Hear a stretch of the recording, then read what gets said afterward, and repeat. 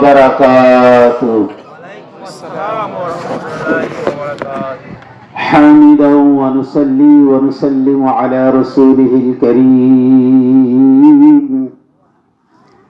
أعوذ بالله من الشيطان الرجيم. بسم الله الرحمن الرحيم. يا أيها الذين آمنوا كتب عليكم الصيام كما كتب على الذين من قبلكم لعلكم تتقون. قال النبي صلى الله عليه وسلم: من صام رمضان إيمانا واحتسابا غفر له ما تقدم من ذنبه.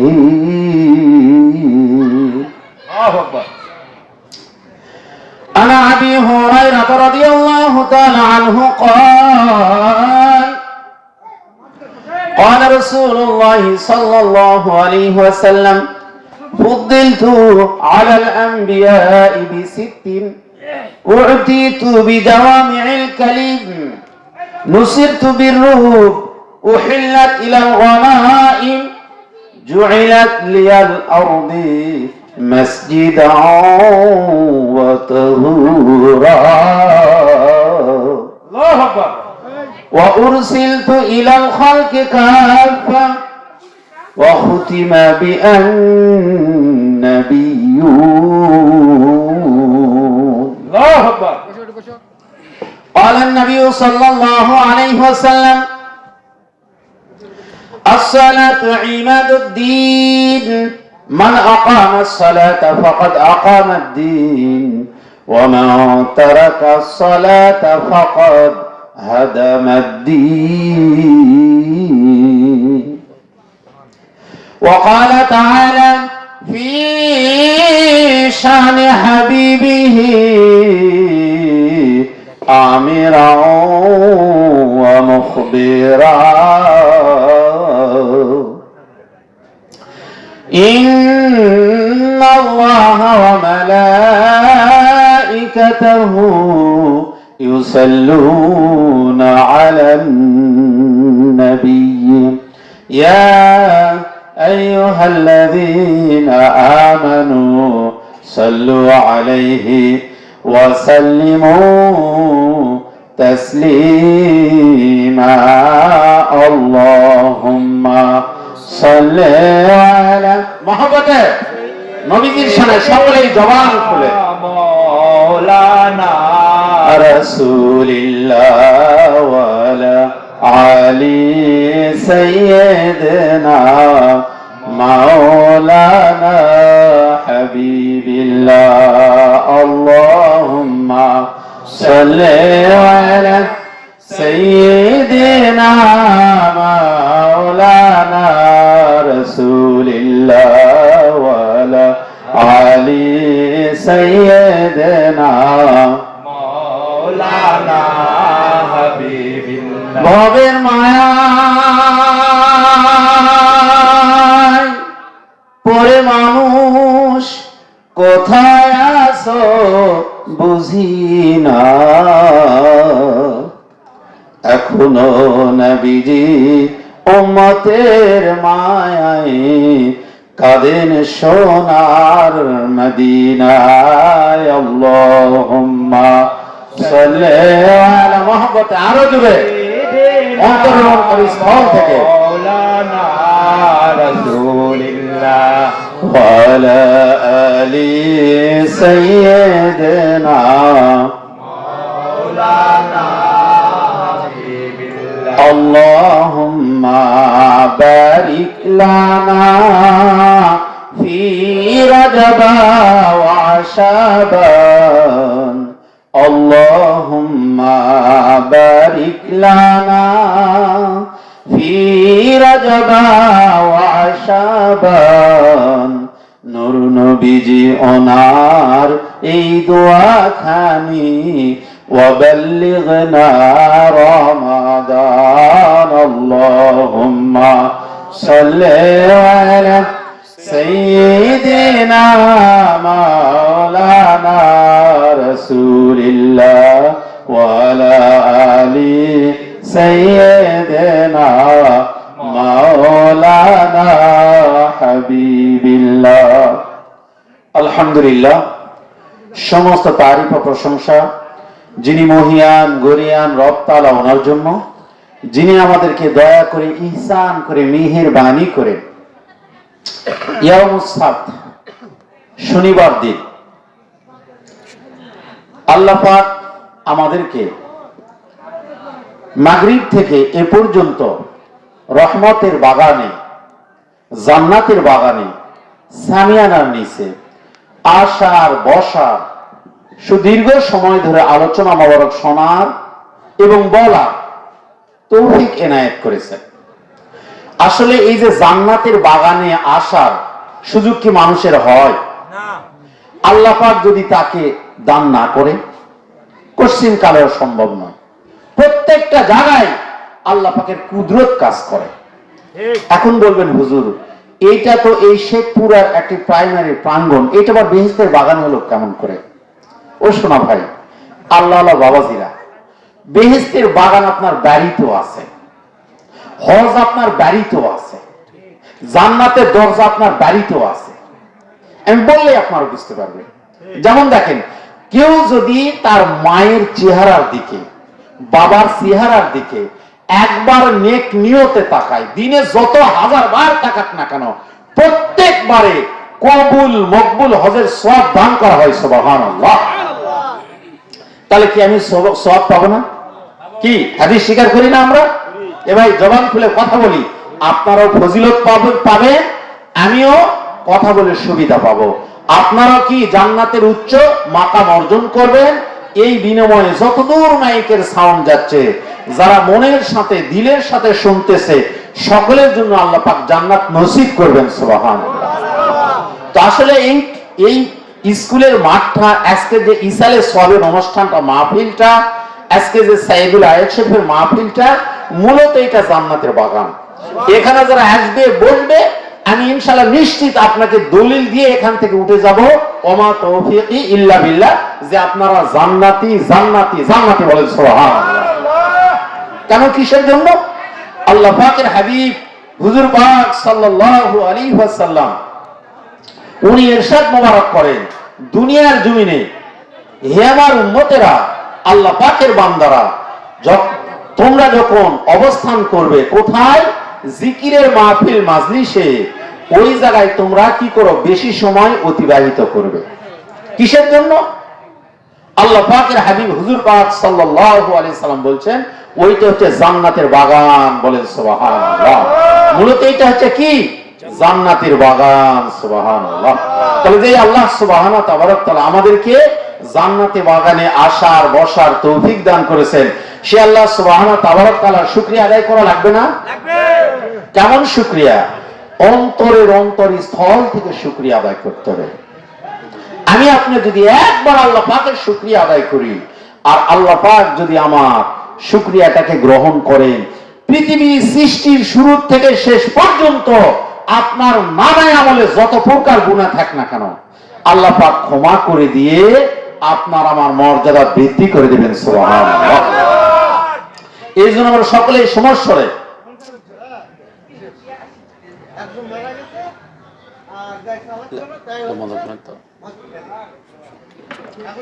ভাই, দয়া করে এইভাবে মাহফিলে কথা বলা বেয়াদ হবে। ঠিক আছে, মানুষ মারা যাবে, আল্লাহ পাকের থেকে নিয়ে গেছেন, আপনারা সাইটে কথা বলেন, মাহফিলটা নষ্ট করেন না, গুনাহ হবে।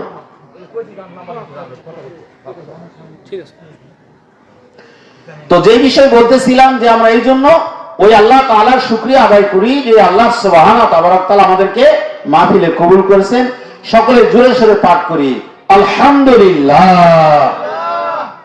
অতঃপর যিনি নবীদের নবী, রাসূলদের রাসূল হাবিবুল্লাহ হুজুর পাক সাল্লাল্লাহু আলাইহি ওয়াসাল্লাম, ওনার প্রতি বর্ষিত হতে থাক দরুদ ও সালাম, যে রাসূল করিম সাল্লাল্লাহু আলাইহি ওয়াসাল্লামের সুন্নাত তরিকা ব্যতীত বান্দার কোন ফরজ, ওয়াজিব, সুন্নত, নফল, মুস্তাহাব, মুস্তাহসান কোন আমলই আল্লাহ পাক কবুল করবেন না।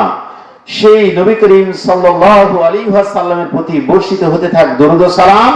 সকলে আমরা পাঠ করি সাল্লাল্লাহু আলাইহি ওয়াসাল্লাম। প্রিয় সম্মানিত উপস্থিতি, সংক্ষিপ্ত পরিসরে আলোচনা, যা হবার হয়ে গেছে। দয়া করে আপনারা নড়াচড়া না করে সামান্য সময় আলোচনা শুনুন। এইভাবে তো মাহফিল নষ্ট করার দরকার নেই। আপনারা সামান্য সময় আলোচনা শুনুন, এর মধ্যে বরকত হবে, ফায়দা ফজিলত লাভ করবে। তো আমি যে বিষয়টা আপনাদের সামনে বলতেছিলাম যে আল্লাহ পাকের শুকরিয়া আদায় করতে হবে।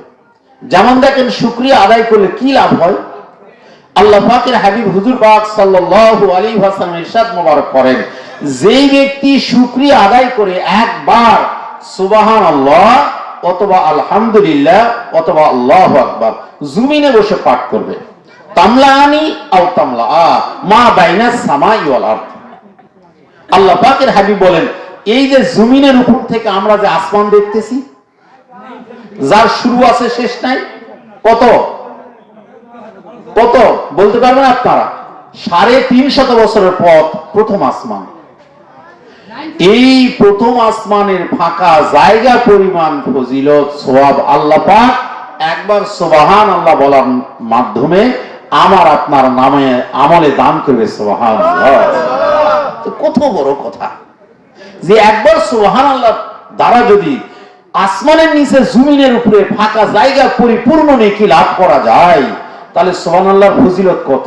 কি আমরা মাহফিলে বসে কতবার বলতেছি, তাহলে আমাদের কত খুশনসিব। এই সময় আমরা চায়ের হোস্টেলে বসতাম, ঠিক কিনা? এই সময় টিভির সামনে বসে থাকতাম, কবিরা গুনাহ করতাম, ঠিক কিনা? এই সময় ভোটের আড্ডা দিয়ে এর দোষ, ওর ভুল, ওর বেয়াদবি বলতাম।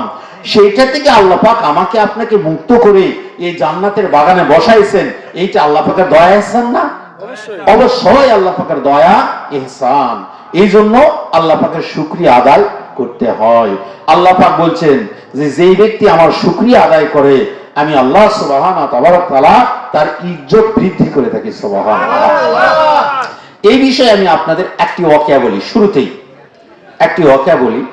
একদা ইসলামের যিনি দ্বিতীয় খলিফা, আমিরুল মুমিনিন খলিফাতুল মুসলিমিন উমর ফারুক রাদিয়াল্লাহু তাআলা আনহু, উনি বর্ণনা করেন যে আমরা নবীদের নবী রাসূলুল্লাহ সাল্লাল্লাহু হাবিবুল্লাহ হুজুর পাক সাল্লাল্লাহু সহ একটি পাহাড়ে উপবেষ্ট ছিলাম। এমন সময় একজন ব্যক্তি এসে আল্লাহ পাকের হাবিবকে সালাম প্রদান করলেন। তো আল্লাহ পাকের হাবিব হুজুর পাক সাল্লাল্লাহু আলাইহি ওয়াসাল্লাম উনি জিনদের মতো করে সালামের উত্তর দিলেন।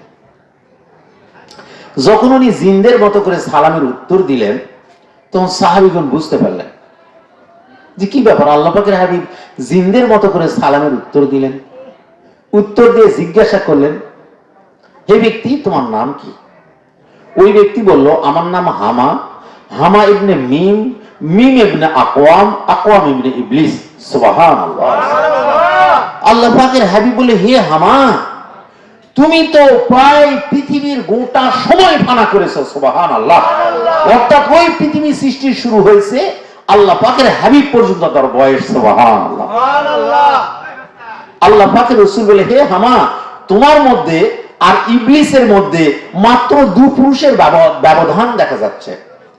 হামা বলল, হে নবীদের নবী রাসূলুল্লাহ সাল্লাল্লাহু হাবিবুল্লাহ হুজুর পাক সাল্লাল্লাহু আলাইহি ওয়াসাল্লাম, আমি প্রায় পৃথিবীর গোটা সময় ফানা করেছি যখন বাবা আদম আলাইহিস সালামের সন্তান হাবিল আর কাবিলের মধ্যে যুদ্ধ সংগঠিত হয়।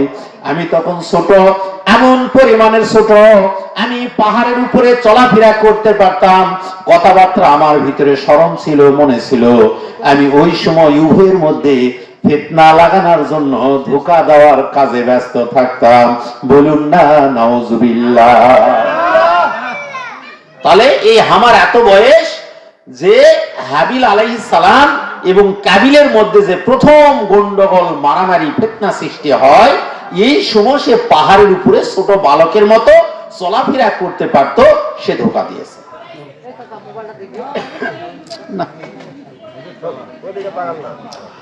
এই হামা এই কথা বলল যখন, আল্লাহ পাকের হাবিব বলল, হে হামা, ওই যুবকের জন্য আফসোস এবং পরিতাপ, যে যুবক তার যুবক বয়সে পাপ কাজের জন্য মানুষকে উৎসাহিত করে। হে হামা, ওই বৃদ্ধের জন্য আফসোস, যেই বৃদ্ধ তার বৃদ্ধের বয়সে এমন কুকর্মের তালাশে থাকে।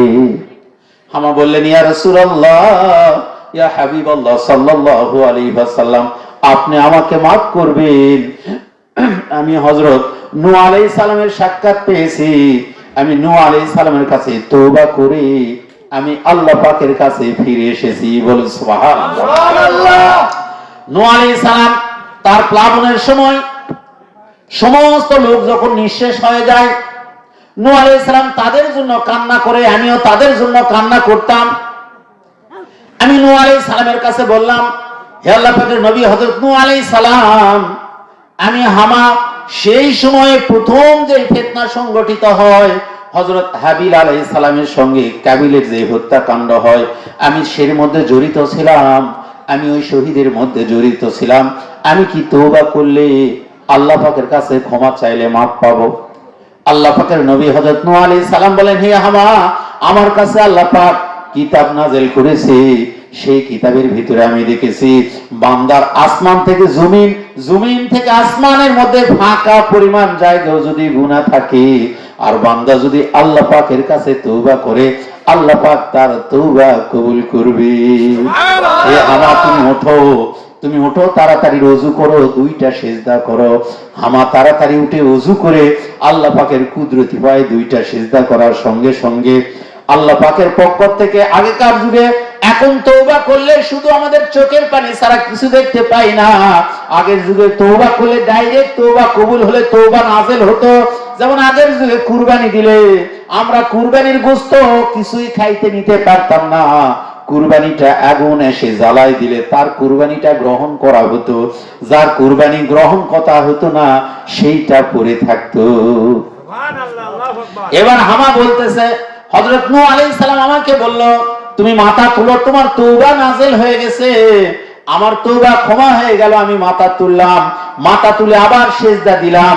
আমি এক সিজদায় 1 বছর আল্লাহ পাকের কুদরতি কদমে সিজদার মাধ্যম দিয়ে কাটাই দিয়েছি। বলেন সুবহানাল্লাহ। এই বিনিময়ে আল্লাহ পাক আমাকে এত বয়স দান করেছে। অনেক লম্বা সূরা ঘটনা শর্টে নিয়েছি। এই বিনিময়ে আল্লাহ পাক আমাকে এত বয়স দান করেছে, যখন হযরত ইউসুফ আলাইহিস সালাম বিবি জুলাইখা আলাইহা সালামের সঙ্গে এক ঘরে ছিল, যখন তাদের মধ্যে যুদ্ধ সংগঠিত হয়, হযরত ইউসুফ আলাইহিস সালাম ঘর থেকে পালিয়ে আসতেছিল, মা জুলাইখা আলাইহিস সালাম তাকে প্রলুব্ধ করার চেষ্টা করতেছিল। হে আল্লাহ পাকের হাবিব, ওই সময় আমি তাদের সামনে উপস্থিত ছিলাম। এরপর আমি হযরত মূসা আলাইহিস সালামের সঙ্গে ছিলাম। মূসা আলাইহিস সালামকে আমাকে ওসিয়ত করে। মূসা আলাইহিস সালাম বলে, হে হামা, তোমার তো অনেক বয়স, সম্ভবত আল্লাহ পাক তোমাকে আরো দীর্ঘ হায়াত দান করবে। তুমি যদি বেঁচে থাকো, আমার সালামটা হযরত ঈসা আলাইহিস সালামের কাছে পৌঁছে দিও। আমি সেই মতে হযরতে মূসা আলাইহিস সালামের কাছে, মূসা আলাইহিস সালামের সালাম হযরতে ঈসা আলাইহিস সালামের কাছে পৌঁছে দিয়েছি। এবং ঈসা আলাইহিস সালাম, হযরত ঈসা রূহুল্লাহ আলাইহিস সালাম, উনি আমাকে ওসিয়ত করছে, হে হামা, তুমি যদি আখিরি জামানার হাবিব হুজুর পাক সাল্লাল্লাহু আলাইহি ওয়াসাল্লামকে পাও, তাহলে আমার সালামটা ওনাকে পৌঁছাই দিও। ইয়া রাসূলুল্লাহ, ইয়া হাবিবাল্লাহ সাল্লাল্লাহু আলাইহি ওয়াসাল্লাম, ওই সালামটা পৌঁছাই দেওয়ার জন্য আমি আপনার নিকট উপস্থিত হয়েছি। বলুন না সুবহানাল্লাহ। আল্লাহ পাকের হাবিব অঝোর নয়নে কাঁদলেন। হামা কাঁদলে, সাহাবীরা কান্নাকাটি করলেন। আল্লাহ পাক বললেন, আল্লাহ পাকের নবী, নবীদের নবী, রাসূলদের রাসূল হাবিবুল্লাহ হুজুর পাক সাল্লাল্লাহু আলাইহি সাল্লাম বলে, হে হামা, হযরতে ঈসা রূহুল্লাহ আলাইহিস সালামের প্রতি কিয়ামত পর্যন্ত সালাম আর শান্তি আল্লাহ পাক বর্ষণ করতেই থাক। আর যে সালাম পৌঁছাইছে তার প্রতি আল্লাহ পাক রহমত বর্ষণ করতেই থাক। বলুন না সুবহানাল্লাহ। এখানে আমি যে বিষয়টা আপনাদেরকে বুঝাইতে চেয়েছিলাম, যে শুকরিয়া আদায় করে উনি মুক্তি পায়ে এক সিজদায় কতদিন কাটাই দিলেন? 1 বছর। আল্লাহ পাকের বিনিময়ে তাকে কত হায়াত দান করলেন। আর একটা বিষয় দেখেন, পৃথিবীর প্রথম ফিতনা সৃষ্টি সংগঠিত হয়, সেই ফিতনায় সে জড়িত ছিল, এরপরে আল্লাহ পাক তাকে ক্ষমা করে দিয়েছে। আমাদের নামে আমল কি এত গুনাহ আছে? নাই। আমরা কার উম্মত? আখিরি জামানার হাবিব হুজুর পাক সাল্লাল্লাহু আলাইহি ওয়াসাল্লামের উম্মত। আমাদের নিমিষে আল্লাহ পাক সকল গুনাহ ক্ষমা করে দিয়ে আমাদেরকে জান্নাতি করে দিবে, বলেন সুবহানাল্লাহ। শুধু তাই নয়, সামান্য একটু বলি, এই মাহফিলের ফাজাইল ফজিলতের মধ্যে এই মাহফিল থেকে যখন আমরা ফিরে যাব, বাড়ি বাড়ি ঘুরে যাব, মানুষ যখন চলে যাবে, ফেরেশতারা চলে যাবে, মহান আল্লাহ সুবহানাহু ওয়া তাআলা ফেরেশতাদেরকে ডেকে বলবেন, হে ফেরেশতারা, তোমরা কোথা থেকে এলে? আল্লাহু আলাম, আল্লাহ পাক তো জানেন। এরপর জিজ্ঞাসা করবেন, ফেরেশতারা বলবে, ওই যে শেখপুরা মামুন, একটা সাধারণ ছেলে, সে ইসালের সওয়াবের অনুষ্ঠান করছিল, এলাকার মৃত ব্যক্তিদের রূহের মাগফিরাতের উদ্দেশ্যের অনুষ্ঠান, আল্লাহ পাকের হাবিবের মিলাদ শরীফের অনুষ্ঠান করেছিল, আমরা সেখান থেকে এসেছি। সুবহানাল্লাহ। এইবার আল্লাহ পাক বলেন, হে ফেরেশতারা, ওই মাহফিলে আমার বান্দারা কোন বিষয়টা আলোচনা করেছে? ফেরেশতাগণ বলেন, আয় বাড়ি তাআলা, ওই মাহফিলে আপনার বান্দারা আপনার মমত্ব, বরত্ব, আপনার আসিজিয়াত, আপনার সম্মান আলোচনা করেছে। আপনার বান্দারা আপনার গোসাপূর্ণ জাহান্নাম থেকে পানা তলব করেছে। আপনার বান্দারা আপনার রহমতপূর্ণ, বরকতপূর্ণ, নিয়ামতপূর্ণ জান্নাতের আশা পোষণ করেছে। আল্লাহ পাক বলবেন, হে ফেরেশতারা, আমার বান্দারা কি তারা আমাকে দেখেছে? আল্লাহ পাকের প্রতি উত্তরে ফেরেশতাগণ বলে, আয় বাড়ি তাআলা, আপনার বান্দারা আপনাকে দেখে নাই, না দেখার পরে আপনাকে বিশ্বাস করে নিয়েছে। এরপর আল্লাহ পাক বলে, আমার গোসাপূর্ণ জাহান্নাম কি তারা দেখেছে? আল্লাহ পাকের ফেরেশতারা বলে, আয় বাড়ি তাআলা, আপনার বান্দারা যদি আপনার গোসাপূর্ণ জাহান্নাম দেখতো, ওই জাহান্নামের ভয়ে আপনার বান্দাদের চোখের পানি কখনো বন্ধ হতো না, ওই জাহান্নাম থেকে আরো তারা বাঁচার কোশিশ করত। আল্লাহ পাক বলেন, এই আমার ফেরেশতারা আমার বান্দারকে আমার রহমতপূর্ণ, বরকতপূর্ণ, নিয়ামতপূর্ণ জান্নাত দেখেছে। ফেরেশতাগণ বলে, আয় বাড়ি তাআলা, আপনার বান্দারা সেই জান্নাত দেখে নাই, যদি দেখতো। ফেরেশতাগণ বলে, আয় বাড়ি তাআলা, আপনার বান্দারা ওই রহমতের জান্নাত যদি দেখতো, দুনিয়ার জমিনে তারা কোনো পাপ কাজে মশগুল হইতো না। সুবহানাল্লাহ। আল্লাহ পাক বলেন, এত কিছু না দেখে আমার যেই সমস্ত বান্দারা না দেখা বিষয়ের প্রতি আমার উপর ঈমান রাখে, বিশ্বাস করে, হে আমার ফেরেশতারা, তোমরা সাক্ষী থাকো, আমি আমার সমস্ত বান্দাদেরকে ক্ষমা করে তাদের জন্য জান্নাতের ঠিকানা নির্ধারণ করে দিলাম। সুবহানাল্লাহ। শেষ পর্যন্ত এক ফেরেশতা প্রশ্ন করে, আয় বাড়ি তাআলা, ওই মাহফিলে এমন কিছু বান্দা গিয়েছিল, তারা মাহফিল শুনতে যায় নাই, তারা দেখতে গিয়েছিল জায়গায় কি হয়েছে। তারা ছিল ফাসিক, ফুজ্জার, কবিরা গুনাহ, গুনাহগার, এত পাপী ব্যক্তি ছিল এই মাহফিলে। আল্লাহ পাক বলেন, হে ফেরেশতারা, তোমরা সাক্ষী থাকো, আমি আমার ওই বান্দাকেও ক্ষমা করে দিয়েছি। সুবহানাল্লাহ।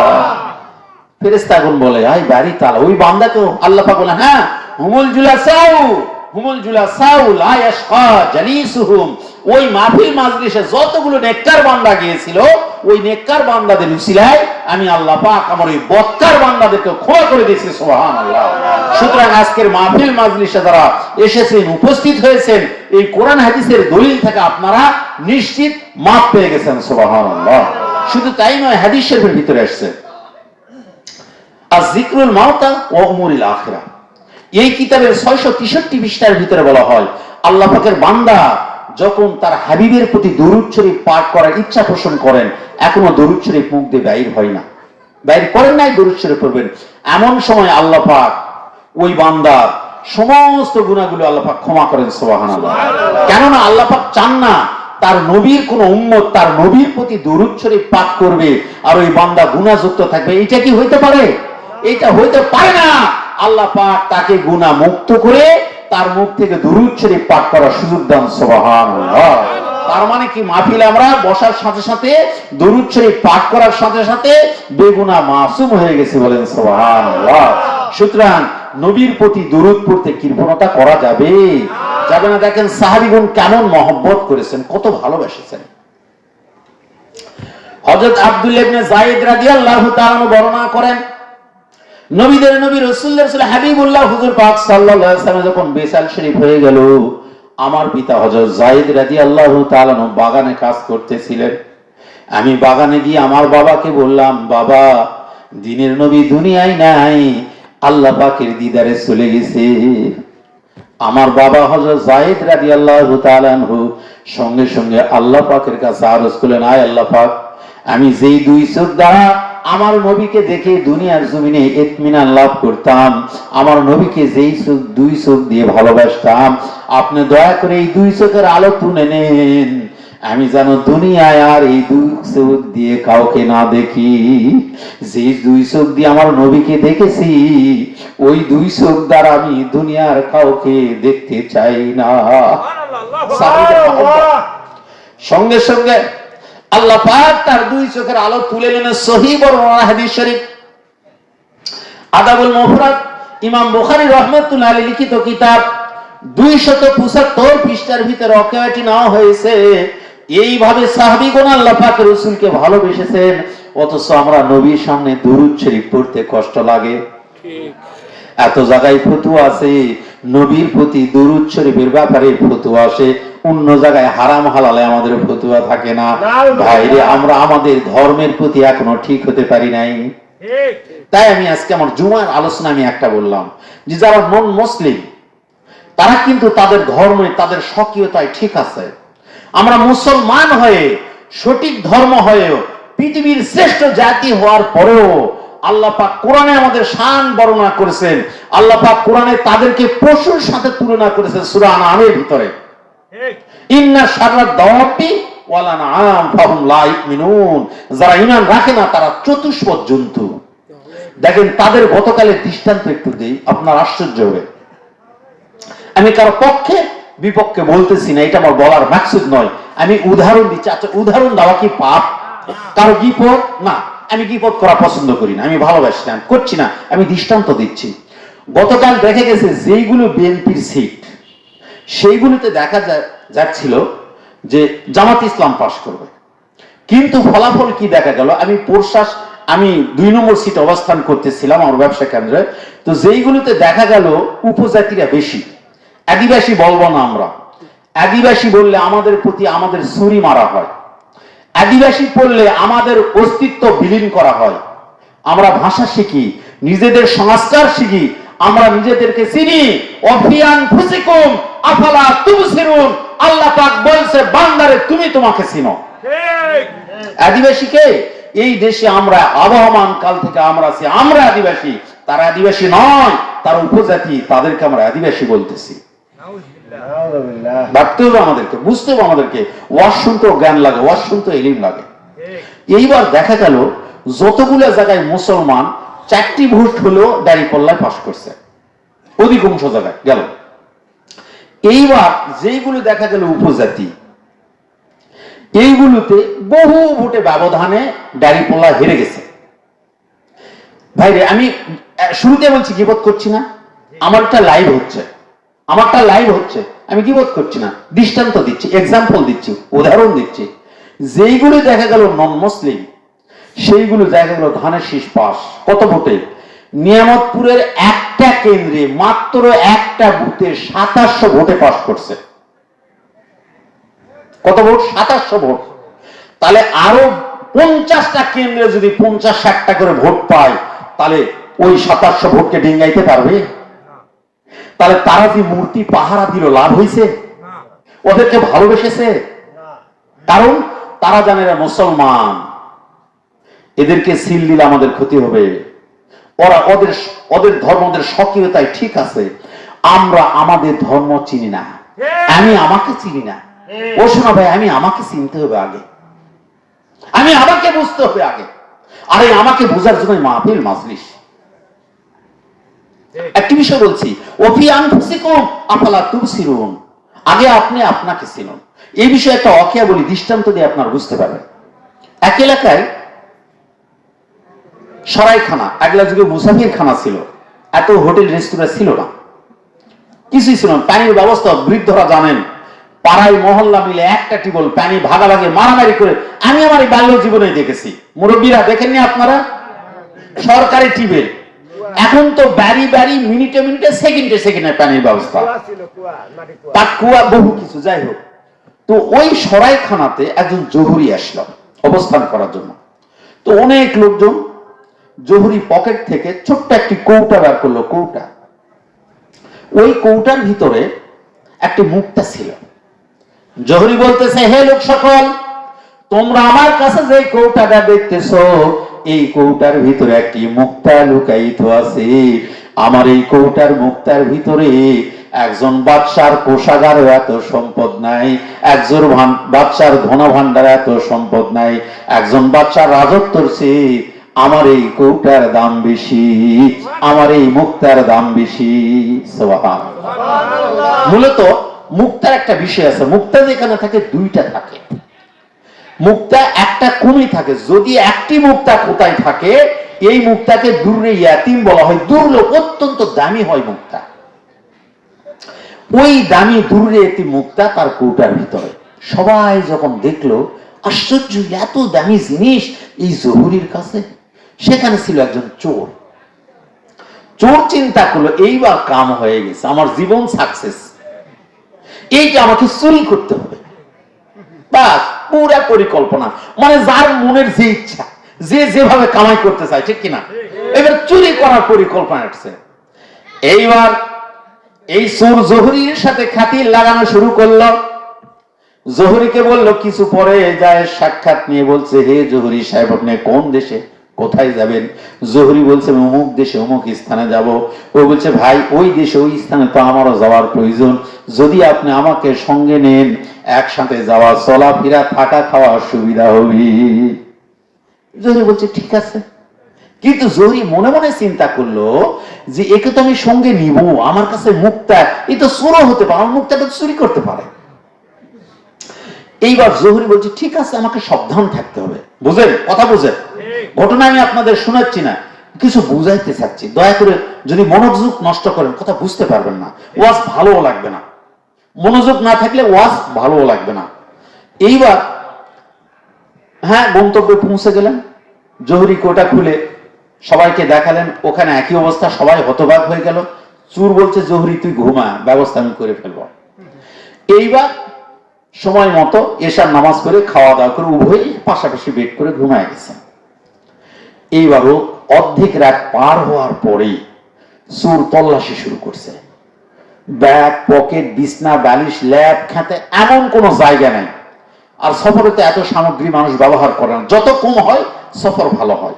সফরে মানুষ সবসময় কম জিনিস নাই। কোন জায়গা খুঁজে নেই, জহুরির পকেট খুঁজে নেই, কোন জায়গা খুঁজে নেই।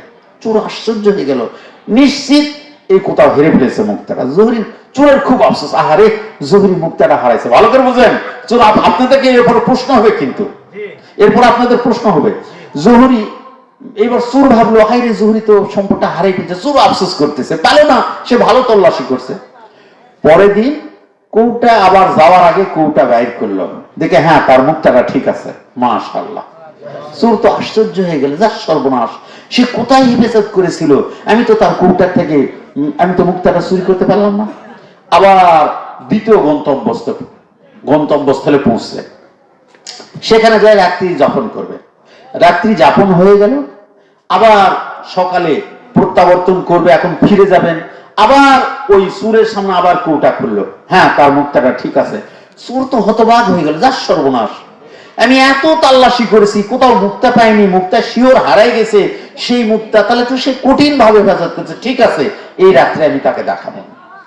ওই রাত্রে জহুরি তার সিস্টেম অনুযায়ী মুক্তাটা গোপন করে রেখে দিছে। এইবার চোর করলো কি, জহুরি সব কিছু তল্লাশি করলো, আর জহুরি দেখতেছে চোর আজকেও কি করে, ওই দিন আগের দিনও দেখছে কি করে। এইবার চোর দেখলো কোথাও যখন পেল না, আস্তে করে তার গুজ্জদার, মলদার খুঁজলো, বিশেষ স্থান খুঁজলো, মুখ হা করে মুখের ভিতরে খুঁজলো, জিহ্বার তালুর নিচে খুঁজলো, কানের ফাঁকের নিচে খুঁজছে, চুলের নিচে, কোথাও নাই। ভালো করে দেখে শুনতে চিন্তা ফিকির করে 100 শিওর হয়ে গেছে চোর, যে নিশ্চিত এইবার এই আসার সময় রাস্তায় ওই কোথাও মুখটা ফেলে দিয়ে আসছে। চোর নিশ্চিত। কোথায় খুঁজেছে? নাকের ছিদ্রে, মুখের ভিতরে, কানের ভিতরে এবং বিশেষ স্থানে, পায়খানা রাস্তা সব জায়গায় খুঁজে মুক্তা পাওয়া যায় নাই। বিষয়টা তো কঠিন, কঠিন কিনা? অবশ্যই হারাই গেছে। এবার সকালবেলা তাদের খাওয়ার কাজটা সেরে কমপ্লিট করে এখন আবার রান করবেন। এইবার উনি আবার মুক্তাটা বাইর করছেন। সুবহানাল্লাহ। জহুরীর কাছে চোর বেচারি তাড়াতাড়ি করে 2 পা চিপে ধরে বলল, হে জহুরী, আমি যে চোর, যতখানি চুরি করা জানি তার চেয়ে আপনি হেফাজতকারী আমার চেয়ে অধিক উত্তম, আপনি হেফাজতে বিখ্যাত। এইবার জহুরী বলতেছে, চোর অফি আনফুসিকুম আফালা তুবসিরুন, আল্লাহ পাক বলেছেন তুমি তোমাকে তোমার নিজের মধ্যে তালাশ করো। হে জহুরী তুমি, হে চোর তুমি কেমন করে খুঁজেছ? চোর বলে, ভাই জহুরী, গত রাত্রে 2 রাত্রে তো খুঁজলাম পাই নাই। গত রাত্রে মনে করছিলাম নিশ্চিত তোমার জিনিস চুরি হয়ে গেছে। আমি তোমার বিছানা, ব্যাগ যা কিছু ছিল, জামা কাপড় সব কিছু তন্ন তন্ন করে খুঁজেছি, পাই নাই। এমনকি তোমার মলদ্বারে দেখেছি, তোমার বিশেষ স্থানে দেখেছি, তোমার নাকের ছিদ্রের ভিতরে দেখেছি, মুখের ভিতরে দেখেছি, জিহ্বার নিচে দেখেছি, কোথাও আমি তোমার মুখটা খুঁজে পাই নাই। আমি 100% নিশ্চিত হয়েছিলাম তুমি মুক্তাটা হারিয়ে ফেলেছ। এখন তোমার কাছে মুক্তা দেখে আমি আশ্চর্য হয়ে গেলাম, তোমার চেয়ে আর বেশি সংরক্ষণকারী কেউ না। বলতেছে, অফি আনফুসিকুম, তুমি কি তোমার নিজের ভিতরে মুক্তাটা খুঁজে দেখেছো? চোর বলছে, না, তোমার জিনিস আমার মধ্যে এতদিন দামি জিনিস কেমন করে আসবে, আমি তো এইটা খুঁজে দেখিনি। জহুরী বলছে, রে হে চোর, আমি তোমাকে চিনে নিয়েছি তুমি চোর, এই কারণে প্রতিদিন ঘুমানোর পূর্বে হিকমত করে তুমি যখন বিশেষ কাজে যাইতে, দায় সারতে যাইতে অথবা হাত পা ধুতে যাতে, হিকমত করে তোমার ভিতরে আমি এই মুক্তাটা লুকায়ে রাখতাম। তুমি তোমার নিজেকে আগে চিনো। এই লোক দিয়ে আমি একজনকে খারাপ দেখাইতেছি, এই 3টা লোক আমাকে খারাপ দেখাচ্ছে, ঠিক কিনা? এই হাত দিয়ে আমি একজনকে ইশারা করতে বলছি বেটা খারাপ, এই 3টে আঙ্গুল আমার দিকে বলছে বেটা তুই খারাপ, ঠিক কিনা? এই জন্য আমি আমাকে চিনতে হবে, আমি কে? আমি মুসলমান। মান আরাফা নাফসাহু ফাকাদ আরাফা রাব্বাহু, নিজেকে চিনার মতো চিনো। তুমি তোমার নিজেকে চিনলে তুমি আল্লাহ পাককে চিনতে পারবে। তুমি যদি তোমার নিজেকে না চিনো, তোমার খালিক মালিক রবকে চিনতে পারবা না। কাকে চিনতে হবে? আগে নিজেকে চিনতে হবে। ফি আনফুসিকুম আফালা তুবসিরুন। সাহাবীগণ তারা আল্লাহ পাকের হাবিবকে চিনেছিলেন, যার জন্য তারা নিজেরা নিজেকে চিনেছেন, ঠিক কিনা? কি বললাম? আব্দুল্লাহ ইবনে বলেন যায়েদ রাদিয়াল্লাহু তাআলা কি বললেন? তার 2 চোখের আলো হারিয়ে দিলেন। আল্লাহ পাকের কাছে দোয়া করলেন, আল্লাহ পাক আমার চোখের আলো তুলে নেন। যেই চোখ দিয়ে নবীকে দেখেছি, ওই চোখ দিয়ে পৃথিবীর দ্বিতীয় কিছু দেখে আমি ইতমিনান লাভ করতে চাই না। এরপরে তাই হয়ে গেল। তারপরে তার ওয়ারিসেরা যখন তার চোখের চিকিৎসা করা শুরু করলো, উনি বললেন, হে আমার ওয়ারিসবর্গ, তোমরা আমার চোখের চিকিৎসা করিও না। আমি আল্লাহ পাকের কাছে ওয়াদা করেছি, এই 2 চোখ দিয়ে দুনিয়ার আর কিছু দেখতে চাই না। বলে সুবহানাল্লাহ। সাহাবীগণ রাসূল করিম সাল্লাল্লাহু আলাইহি ওয়াসাল্লামকে কেমন মহব্বত করছেন দেখেন, এর দৃষ্টান্ত কি? সুবহানাল্লাহ। ওই রকম আমাদেরকে হতে হবে। আর আমরা যদি ওই রকম হতে চাই, তাহলে আমাদেরকে ওলি আল্লাহদের মাহফিল মাজলিসে যেতে হবে। কোথায়? ওলি আল্লাহদের মাহফিল মাজলিসে যেতে হবে, ওনাদের সান্নিধ্য লাভ করতে হবে। তাহলে আমরা ওই শ্রেণীর কি বান্দা হতে পারবো, এছাড়া হওয়া সম্ভব নয়। এই জন্য আল্লাহ সুবহানাহু ওয়া তাআলা আমাদেরকে নিজেদেরকে চিনার জন্য ওলি আল্লাহদের কাছে যাওয়ার তৌফিক দান করুন। আর আমরা যদি ওলি আল্লাহদের কাছে নাও যেতে পারি, যারা ওলি আল্লাহদের বন্ধু আত্মীয়, তাদের সাথে আমাদের কি করতে হবে? মহব্বত পয়দা করতে হবে। আল্লাহ পাক কি করবেন? এই উসিলায় আমাকে আপনাকে ক্ষমা করে দিবেন। বলেন সুবহানাল্লাহ। যেমন আজকের মাহফিল মাজলিসের শুরুতে একটা কথা বলেছি যে সমস্ত জীবনের গুনাহ খাতা মাফ হবে। দৃষ্টান্ত দেওয়া হয়েছে কার? মায়ের। দৃষ্টান্ত কার দেওয়া হয়েছে? মায়ের। মায়ের দিকে তাকালে কি হয়? কবুল হজের সওয়াব পাওয়া যায়। সুবহানাল্লাহ। আর প্রতিদিন সকাল যেই ব্যক্তি তার পিতা মাতার সাথে সম্পর্ক ভালো, আল্লাহ রাসূলের হাদিস শরীফ, সকালবেলা তার জন্য জান্নাতের দরজা খোলা হয়, সুবহানাল্লাহ। ওই বান্দার জন্য সকালে 2টি জান্নাতের দরজা খুলে যায়, বাবা মা যার প্রতি সন্তুষ্ট, ওই দিন মারা গেলে আল্লাহ পাকের বান্দা জান্নাতি হয়ে যাবে, সুবহানাল্লাহ। আর যেই সন্তানের পিতা মাতা ওই সন্তানের প্রতি অসন্তুষ্ট, সকালবেলা ওই সন্তানের জন্য জাহান্নামের দরজা খুলে যায়, ওই সন্তান মারা যাওয়ার সঙ্গে সঙ্গে কোথায় পৌঁছে যাবে? জাহান্নামে পৌঁছে যাবে, বলেন নাউযুবিল্লাহ। এই জন্য আজকে যে ইসালে সওয়াবের মাহফিল কাদের উদ্দেশ্যে? আমাদের পূর্বপুরুষদের উদ্দেশ্যে, এই গ্রামের পূর্বপুরুষের উদ্দেশ্যে ইসালে সওয়াবের মাহফিল, ঠিক কিনা? তাহলে এই ইসালে সওয়াবের মাহফিলে আমরা যদি কবরবাসীদের জন্য দোয়া করি, আল্লাহ পাক দোয়া কবুল করবেন না? অবশ্যই দোয়া করবেন। আল্লাহ পাক তো কোরআনে দোয়া করে শিখিয়ে দিয়েছেন, কি বলেছেন? ওয়াকুর রাব্বিরহামহুমা কামা রাব্বায়ানি সাগীরা। তাহলে আল্লাহ পাক শিখিয়ে দিলে আমাদের কি কোনো বাধা আছে? না। যত বেশি আমরা পিতামাতার জন্য দোয়া করব, আল্লাহ পাক তত আমাদের সম্পদে বরকত দান করবে, সুবহানাল্লাহ। এই আমার ভাইকে যারা অংশগ্রহণ করেছেন, যারা শরীক থেকেছেন তাবারকের জন্য, মাহফিলের আয়োজনের জন্য, এই মাহফিলে দাওয়ার সাথে সাথে আপনাদের দোয়া কবুল হয়ে গেছে, সুবহানাল্লাহ। এর দলিল কোরআন হাদিস অসংখ্য আছে, আমি সামনে দিব এই অল্প পরিসরের ভিতরে, কিন্তু আপনাদের বিষয়টা একটু বলে নেই। সেইটা হচ্ছে, যেমন দেখেন এই দুনিয়াতে বড় বড় বক্তা আসে, হেলিকপ্টার নিয়ে আসে, বড় গাড়ি নিয়ে আসে, আমরা খুদে বক্তাও নয়, জাস্ট একটু নসিহতমূলক কথা বলি, ওইরকম যোগ্যতা আমাদের নাই। ওই মাহফিল গুলাতে গেলে আপনারা গুনাহগার হন, ওই মাহফিল গুলাতে গেলে কবিরা গুনাহ হয়। কেন? কিসের জন্য? ওই মাহফিলে ভিডিও করা হয়, হারাম। ভিডিও করা কি?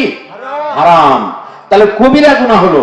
আপনারা গেলেন সওয়াবের উদ্দেশ্যে, ঘাড়ে নিয়ে আসেন কবিরা গুনাহ। যতক্ষণ মাহফিলে বসে থাকেন ততক্ষণ আল্লাহর লানত হয়, কারণ এই স্যাটেলাইটের মাধ্যম দিয়ে মা বোনদেরকে দেখানো হয় বেপরদা হওয়া কি? কবিরা গুনাহ। আপনি এক ওয়াক্ত নামাজ কাজা করছেন, আপনার জন্য একাই শুধু কবিরা গুনাহ। আর যখন আপনি স্যাটেলাইটের ভিতরে যতগুলা মহিলা দেখবে, দেখাইবে, সকলের কবিরা গুনাহ হলো, ঠিক কিনা? তাহলে এই কবিরা গুনাহ করলে সেই মাহফিলে সওয়াব হয় না। এই খুদে পাগলা মামুন বলতেছেন তাকে, সে যে আজকে মেলা লাগাইছে, মূলত পিতামাতার জান্নাতি করার মেলা এটা মাহফিল। কোথায় দলিল? আল্লাহ পাকের হাবিব হুজুর পাক অসংখ্য হাদিস শরীফ এবং সম্মানিত কোরআন শরীফ সূরা হাশরের 10 আয়াত শরীফ আল্লাহ পাক বলছেন, ওয়াল্লাযীনা জাউ মিন বাদিহি, নিশ্চয় যারা আসবে কখন? পরে, ইয়াকুলুনা, তারা বলবে, হে আমাদের প্রতিপালক, রব্বানা গফির লানা ওয়া লিইখওয়ানিনা আল্লাযীনা সাবাকুনা বিল ঈমান, হে আমাদের প্রতিপালক, আপনি আমাদেরকে ক্ষমা করুন এবং আমাদের পূর্বপুরুষ যারা বিদায় নিয়েছে এদেরকে ক্ষমা করুন, সুবহানাল্লাহ। পরে আয়াতে আল্লাহ পাক বলছে, ওয়ালা তাজআল ফি কুলুবিনা গিল্লাল লিল্লাযীনা আমানু রব্বানা ইন্নাকা রাউফুর রহিম। আল্লাহ পাক আমাদেরকে শিক্ষা দিচ্ছেন যে ওয়ালা তাজআল ফি কুলুবিনা, খবরদার শব্দ, তোমাদের অন্তরে আমার যারা মুমিন বান্দারা মারা গেছে এদের ব্যাপারে যেন কোনো বিদ্বেষ না থাকে। ওয়ালা তাজআল ফি কুলুবিনা, তোমাদের অন্তরে, গিল্লাল লিল্লাযীনা আমানু, ওই ঈমানদার যারা মারা গেছে এদের ব্যাপারে তোমাদের অন্তরে যেন কোনো ঘিল্লা গিপট না থাকে। রব্বানা ইন্নাকা, নিশ্চয় আপনি, রাউফুন, মমতাময়, দয়ালু, দয়াবান, রাহিম মানে দয়াবান, সুবহানাল্লাহ। তাহলে আল্লাহ পাক এই আয়াত শরীফ দ্বারা একজন মৃত্যু ব্যক্তির সম্মান বৃদ্ধি করেছেন, মর্যাদা বৃদ্ধি করেছেন। ওই মৃত্যু ব্যক্তির দোয়া করার জন্য আল্লাহ পাক এই আয়াত দ্বারা শিক্ষা দিয়েছেন, সুবহানাল্লাহ। আর আল্লাহ পাকের হাবিব বলেন, মান যারা কবরি ওয়ালিদাইহি ফি কুল্লি জুমাতিন গাফারাল্লাহু লাহু ওয়া কাতাবা বাররান, যে ব্যক্তি তার পিতামাতার কবর জিয়ারত করলো, মান যারা কবরি ওয়ালিদাইহি, তার পিতামাতার কবর জিয়ারত করলো, গাফারাল্লাহ, আল্লাহ পাক তাকে ক্ষমা করে দিবেন, ওয়া কাতাবা বাররান, ওই ব্যক্তির নামায়নে লিখে দিবেন, সুবহানাল্লাহ। শুধু তাই নয়, পিতামাতার খেদমত করলে কত বড় ওলি আল্লাহ হওয়া যায়, কত সম্মান পাওয়া যায়। হযরত আমিরুল মুমিনিন খলিফাতুল মুসলিমিন আবু বকর সিদ্দিক রাদিয়াল্লাহু তাআলা বর্ণিত হাদিস শরীফ, উনি কি বলেছেন? আন হযরত উমর আল ফারুক রাদিয়াল্লাহু তাআলা আনহু, হযরত উমর ফারুক রাদিয়াল্লাহু বর্ণিত হাদিস শরীফ, قال سمعت رسول الله صلى الله عليه وسلم ان خير التابعين يقال له وعيز وهو بياض। আল্লাহ পাকের হাবিব ওনার থেকে বর্ণনা করেন আমিরুল মুমিনিন খলিফাতুল মুসলিমিন হযরত উমর ফারুক রাদিয়াল্লাহু তাআলা আনহু, যে ইন্না খায়রাত তাবিঈন, নিশ্চয় উত্তম শ্রেষ্ঠ তাবিঈর ভিতর থেকে আল ওয়াইস, উত্তম ওয়াইস আল কুরনি রাহমাতুল্লাহ আলাইহি সুবহানাল্লাহ। ওয়ালাহু ওয়ালিদাতুন, তার একজন মা ছিল জীবিত। আর এই মায়ের কারণে উনি আল্লাহ পাকের হাবিবের সোহবত নিতে পারেন নাই। একদিন মায়ের কাছ থেকে বিদায় নিল, মার কাছ থেকে চেয়ে নিল আল্লাহ পাকের হাবিবের সোহবত নিতে যাবেন। মা বলল, বৎস তুমি স্যার আমাকে দেখার কেউ নাই, যদি তুমি যাই আল্লাহ পাকের হাবিবকে পাও তাহলে ওনার সঙ্গে সোহবত নিয়ে ইমান গ্রহণ করে ফিরে আসবে, আর যদি না পাও তুমি চলে এসো। উনি মায়ের ওয়াদা অনুযায়ী উনি গেলেন, যাই দেখেন আল্লাহ পাকের হাবিব কোথাও সফরে অথবা দিনের কাছে বের হয়ে গেছেন। ওনারা আল্লাহ পাকের হাবিবের সোহবত মোবারক নিয়ে সাহাবিয়াত গ্রহণ করা হলো না। উনি ফিরে আসলেন, মায়ের আদেশ পালন করলেন। এই একজন তাবি যে আল্লাহ পাকের হাবিবকে দেখেন নাই, এই তাবি সম্পর্কে আল্লাহ পাকের বলছেন, আল্লাহ পাকের হাবিব বলেন, যদি তোমরা তার সোহবত পাও ফামুরুহু ইস্তাগফির লাকুম, তোমরা তাকে বলবে, আদেশ করবে সে যেন তোমাদের জন্য ক্ষমা প্রার্থনা করে। সুবহানাল্লাহ। তোমরা যদি তাকে ক্ষমা প্রার্থনা করতে বলো আর সে যদি ক্ষমা চায়, আল্লাহ পাক আমার সকল উম্মতকে ক্ষমা করে দিবেন। সুবহানাল্লাহ। কিসের জন্য এত ফজিলত? মায়ের সম্মান করেছেন। সুবহানাল্লাহ সুবহানাল্লাহ। তাহলে আল্লাহ পাকের হাবিব কি শিক্ষা দিলেন? বাবা মার সম্মানের আজকের মাহফিল, এইগুলো মাহফিলের দরকার আছে না? 100% দরকার আছে। এইগুলো আমাদের ইমানের দাবি। এইগুলো কি আমাদের ইমানের দাবি। অনেক কিছু বড় করা লাগবে। তো যাই হোক, সামনে রমাদানুল মোবারক আসছে। এই রমাদানুল মোবারক মাসে একটি বিষয় আছে। তার থেকে বর্ণিত হাদিস শরীফ, কাব ইবনে উজরা রাদিয়াল্লাহু বর্ণিত হাদিস শরীফ। আল্লাহ কি বলেন হাদিসে? মেম্বারের ভিতরে সংক্ষিপ্ত বলার চেষ্টা করি। উনি মেম্বারের প্রথম সিঁড়িতে পা রাখলেন, ফালাম্মা তাখদারাজাতা সানিয়াতা আমিন, প্রথম সিঁড়িতে আমিন বলেন, দ্বিতীয় সিঁড়িতে আমিন বলেন, আর সালিসাতা আমিন, তৃতীয় সিঁড়িতে উনি আমিন বললেন। এরপর অবতরণ করলেন। সাহাবীগণ বলে, ইয়া রাসূলুল্লাহ সাল্লাল্লাহু আলাইহি ওয়াসাল্লাম, আপনাকে তো আমরা কোনোদিন এমনটা করতে দেখিনি। উনি বললেন, হে আমার সাহাবীগণ, এই মুহূর্তে হযরত জিবরিল আলাইহিস সালাম আমার কাছে এসে বসলে বলল যে, যেই ব্যক্তির সামনে সম্মানিত রমাদানুল মোবারক মাস উপস্থিত, অথচ সে তার জীবনের গুনাহ খাতাগুলো ক্ষমা করতে পারলো না, ওই ব্যক্তি ধ্বংস। আমি নবী বলেছি আমিন, অর্থাৎ তাই হোক। 2 নম্বর কি?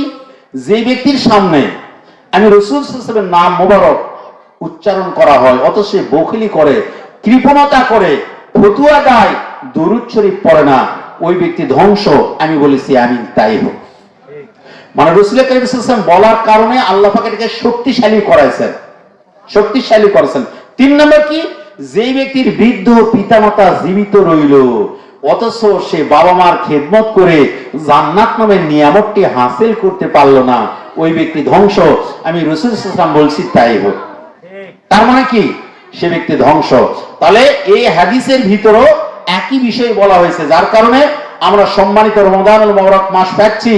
আমরা সুন্দর করে বিবি বাচ্চা নিয়ে ইফতার করব, আমার মা পানি দিয়ে ইফতার করবে। এটা কি হবে? কোশ্চিন কালো না। এইরকম যেন না হয়, আমার বৃদ্ধ বাবা কষ্ট করতেছে, আমি আমার স্ত্রী সন্তান সন্ততি নিয়ে রোজা রাখতেছি, সিওরি খাচ্ছে, আনন্দ আরামে তারা পাচ্ছে না, এমনটা যেন না হয়। এইটা আল্লাহ পাকের হাবিব বুঝাতে চেয়েছেন। বলেন সুবহানাল্লাহ। আল্লাহ রাসূল বলেছেন, মান সামা রমাদানা ঈমানান ওয়া ইহতিসাবান গুফিরা লাহু মা তাকাদ্দামা মিন যামবিহি। আল্লাহ পাকের হাবিব বলেন, যে ব্যক্তি সম্মানের সাথে মহব্বতে ভালোবেসে রোজা রাখলো, আল্লাহ পাক তার সমস্ত জীবনের গুনাহ খাতাগুলো ক্ষমা করে দিলেন। সুবহানাল্লাহ। অনেক কথা, অনেক ফাজাইল ফজিলত শেষের দিকে। সেইটা হচ্ছে আল্লাহ রাসূল বলেছেন যে এই রমাদানুল মোবারক মাসের একটি ফরজ অন্য মাসের 70টা ফরজের সমান। সুবহানাল্লাহ। এই মাসের একটি সুন্নাত কি অন্য মাসের ফরজের সমকক্ষ সওয়াব রাখে। বলেন সুবহানাল্লাহ। যার কারণে এটা রমাদানুল মোবারক মাস আমাদের সামনে আসতেছে, আমরা অবশ্যই মাসকে সম্মান করব। আমাদের মুসলমান ভাইরা রমজান মাসকে আমরা সম্মান করি না, আমরা এত বেয়াদব হয়ে যাই, প্রকাশ্যে বিড়ি খায়, প্রকাশ্যে সিগারেট খায়, প্রকাশ্যে চা খায়, মানুষ প্রকাশ্যে চা বেচা কিনা করে। রমজান মাসে দ্বিপ্রহরের পূর্বে বেচা কিনা করা মুসলমান নামধারীর জন্য হারাম, অবৈধ। আল্লাহ পাক তো তোমার ব্যবস্থা করে দিয়েছে, তুমি ইফতারি ব্যবস্থা করে একজন রোজাদারকে ইফতারি করাও, তুমি হালাল কামাই করে ফজিলত পাবে। 2টার পর থেকে ইফতারি দোকান সাজাও, তোমাকে আগাবেলে বেচা কিনা করতে হবে কেন? সুদ ঘুষ যে এরকম হারাম, রমজান মাসে মানুষের রোজা ভাঙার খাওয়ার হোটেল রেস্টুরেন্ট করা হারাম। ফিকহ ফতোয়া মাসলা আমার বাপের কথা নয়, এইটা আপনারা সাই দিবেন। অনুরোধ আপনাদের দ্বারা পায়ে ধরে বলি, আপনারা যদি বিড়া সিগারেট খাইও থাকেন, নাও পারেন, কষ্ট যদি আপনাদের হয়, আপনারা গোপনে খাবেন। আমি খাওয়ার কথা আবার আদেশ করতেছি, এটা আপনারা বলবেন না। ও ভদ্রতা বজায় রাখবে। দেখেন একজন ইহুদি মহিলা সম্মানিত রমজানকে সম্মান করে জান্নাতি হয়েছে, সুবহানাল্লাহ। আসলে আদবে আউলিয়া বেয়াদবে শয়তান। আল্লাহ রাসূলের জামানার পূর্বের একটি ঘটনা, এক ইহুদি মহিলা তার দুগ্ধপোষ্য সন্তান 3-4 বছরের সন্তানকে কোলে নিয়ে বাজারে গেছে, বাজার করার জন্য কনফেকশনারি দোকানে গিয়ে বিস্কিট পাউরুটি কিনে ওই বাচ্চাটির হাতে দিয়েছে। ওই বাচ্চাটি যখন হাতে দিয়েছে, ছোট মানুষ, সে বুঝতে পারে নাই, ওই পাউরুটি ভেঙে মুখে দিয়েছে। মা তখন ওই সন্তানকে গালে একটা মৃদু থাপ্পড় দিয়েছে, এই ছেলে তুমি করো কি? তুমি জানো না এটা রমজান মাস, যারা মুসলমান তারা রোজা রেখেছে, তাদের মুখে পানি আসবে, তারা কষ্ট পাবে, রাখো। হাত থেকে পাউরুটির অংশ কেড়ে নিয়ে মা ব্যাগের মধ্যে দিয়ে ভ্যান্টি ব্যাগটা লাগাই দিয়ে রেখে দিয়েছেন।